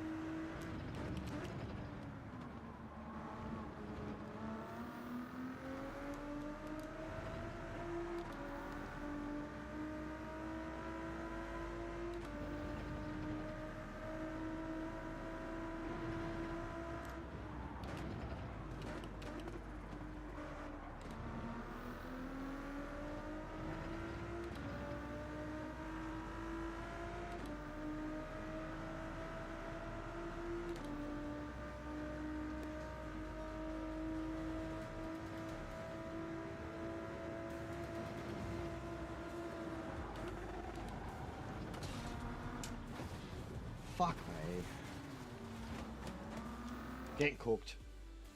And the start of it really frustrated me. It was enough to push me back from them from the start and piss me off. And then it was just racing around laggy connections and overdoing it myself, trying to catch up a 3-second gap that I couldn't close. Yeah, ruined from the start by old mate in the RCZ slamming into me and pushing me off the track. That's a fucking shame. I'm getting too hot. I don't have the fan on and I'd have to get up to turn it on anyways. But that did piss me off and that's the way I am. It was a waste of a fucking half hour sitting there trying to get it going. It's unfortunate and I kind of knew it was going to happen because it's the reason that I never really raced in Groves lobbies to begin with. The Americans always treated me as such. And it would always frustrate me really quick. So, always felt it was a thing. So, yeah. I was going to shut it down anyways, because I'm pretty keen to have something to eat. And play some Cyberpunk for reals. I know everything I need to know about this race tomorrow. Like, I really do. I think the very first time I do TT again, I'm going to be getting, what is it? What do I want? A 30, a 40. Yeah, I'm like 41 flat or whatever. Thanks, Nissa. Hope you're well. Yeah, I want a 40. And I'll get it. I have an optimal of 40.7. And I'll get it. Now I'm capable now of getting like a 40.9 in quali. Thanks, mate. Appreciate it. Yeah, big ups, Missa. I'll find somewhere to send the people. But I've done everything I need to know. Like I don't want to get frustrated over lobbies. We'll save that for tomorrow. I'll be back in a little bit. I'm going to do some early Cyberpunk today, but I'm done with Gran Turismo till tomorrow. But I think I've done everything I need to. Top 500. If I get a 30, if I get a 40.78, I'm good for top 300, which would be really good. Well, yeah, Sardinia, we did a lot. Like, there's a lot to learn. Even the qualifying lap. Go watch the quali runs that I just had then, and you know, I'm talking through the laps as I'm doing the quali runs. But yeah, that's the pace I'm looking for. Which pretty much, it's weird that the TT pace does kind of equate to the lobby. Like, I mean, even I've got a 41 flat and I've got down to a 41.2 in qualifying. So, and then in race, down to a mid 41, like 41.5 on my own. So I know what I need to do. It'll be another case if it's all day too, waiting for it all day. The Hyundai will be fun, but I'll probably do the same thing. So I'm going to qualify for the Hyundai races. I'll do 3 or 4 of them, and then I'll probably instantly be putting up a lobby that'll be up for the next 3 hours for GT1, and I'll run 4 races over 3 hours, something like that. And if people like are fucking around and doing stupid shit, I'll be kicking them straight away. Because I don't want to deal with it. I didn't want to deal with it 2 days out from GTWS in a GTWS lobby, but it's just this is the one race this season that I think, like, that I picked this car for, essentially, as an experiment. I should have went Lamborghini. I'd be killing it. But I picked the Ford instead because I felt it was more of a challenge to drive, and I just like driving it, and everyone was starting to lean on the Lambo. So I picked the Ford. And on paper, the Nord race, which I had a disaster, but it turned into at least a good race. And this, they were the two. And Spa, I knew I could do well, and I did do well at Spa. But this was the one of like, hey, I could get a win here at a certain lobby, or I could get a podium here. So my mindset is, I'm not trying to fuck around here. Like, I really want a good result. I've put in a lot of time and effort into the races already this season, and I haven't been very happy at all with any of my results or my points, whatever. Like, so I'm not here to fuck about tomorrow. Like, I really mean that, and I'm a round down. You know, so I need a good result tomorrow, and I need a good result at Suzuka. But I'm not here to fuck around tomorrow. Like, I want this to be a 230, 40, 50, 60, 70 plus. So just know that tomorrow I'll be in a different headspace. That'll be like, this shit gets fucking around in the lobbies, I'm gonna boot him. She gets fucking around in the chat, I'm gonna boot him. Like, it's just, I'm not dealing with nothing. Anybody tries to fuck with that Zen, they can get out of here. I need this race tomorrow. is basically what I'm saying. Okay. And I don't want to fuck around. Be punching on. If I get a cunt that's teleporting, I'm going to flip out. Worst possible track to have it. And I had it at Nord. That's what cost me there too. But if there's someone teleporting tomorrow, I'm just going to ram them straight away. No fucks given. I won't even slow down or explain. And then at the end of the race, I'm going to be like, just watch my stream. I don't care. If someone's teleporting, so I'm just going to, first chance I get, I'm going to murder them and then drive off. Because I'm not dealing with it. I am not dealing with it again. And it was big ass lag there. Big ass lag. Alright. What do you want? Plaka or McNaughty? It's McNaughty's birthday. I already went and said happy birthday to him. And Plaka's doing Daily C. Plaka Bloom. What do you want? You get to pick who you're going to go hang out with after this. Guys and gal. Come on, throw some votes out there. I'm sure they'll both appreciate it. What's going on, Declan? Birthday boy? You reckon that's a good idea, Timmy? Yeah. You're good like that, Timmy. We did it for AJ too, eh? We did it for AJ, so... do it for McNaughty. I've had no interaction with him, but it's a nice gesture. And I did say happy birthday earlier. I'll be back in an hour or so with some Cyberpunk. Early Cyberpunk for once. It'll be weird playing Cyberpunk at daylight. Won't go with the vibes of the game. But I'll be back with some of that. Because I missed a stream last night and I feel shit about it because a couple of people have subbed to me recently because of Cyberpunk. So I need to play it. And I'm just keen to play it. But yeah, good pace today, regardless, no matter what, even with stuff like that. I had good pace there, but I was getting hot, sweaty, and frustrated with the start, and just laggy connections, which you're always going to get when you're connected to another host in the other part of the world, which is why I usually stay away. But yeah, thanks for the super chats too, Missa and Grove, big ups. Grove's been dropping in a lot recently. I should probably return those favors too. Yeah, big ups everyone. Go say happy birthday to McNaughty. Just a raid. Happy birthday, McNaughty, sir. His name is McNaughty. That's his actual name. Like, he's got a license and all. You know, it says McNaughty, like McLovin. True story. Go check it out. I'll see you on the next one.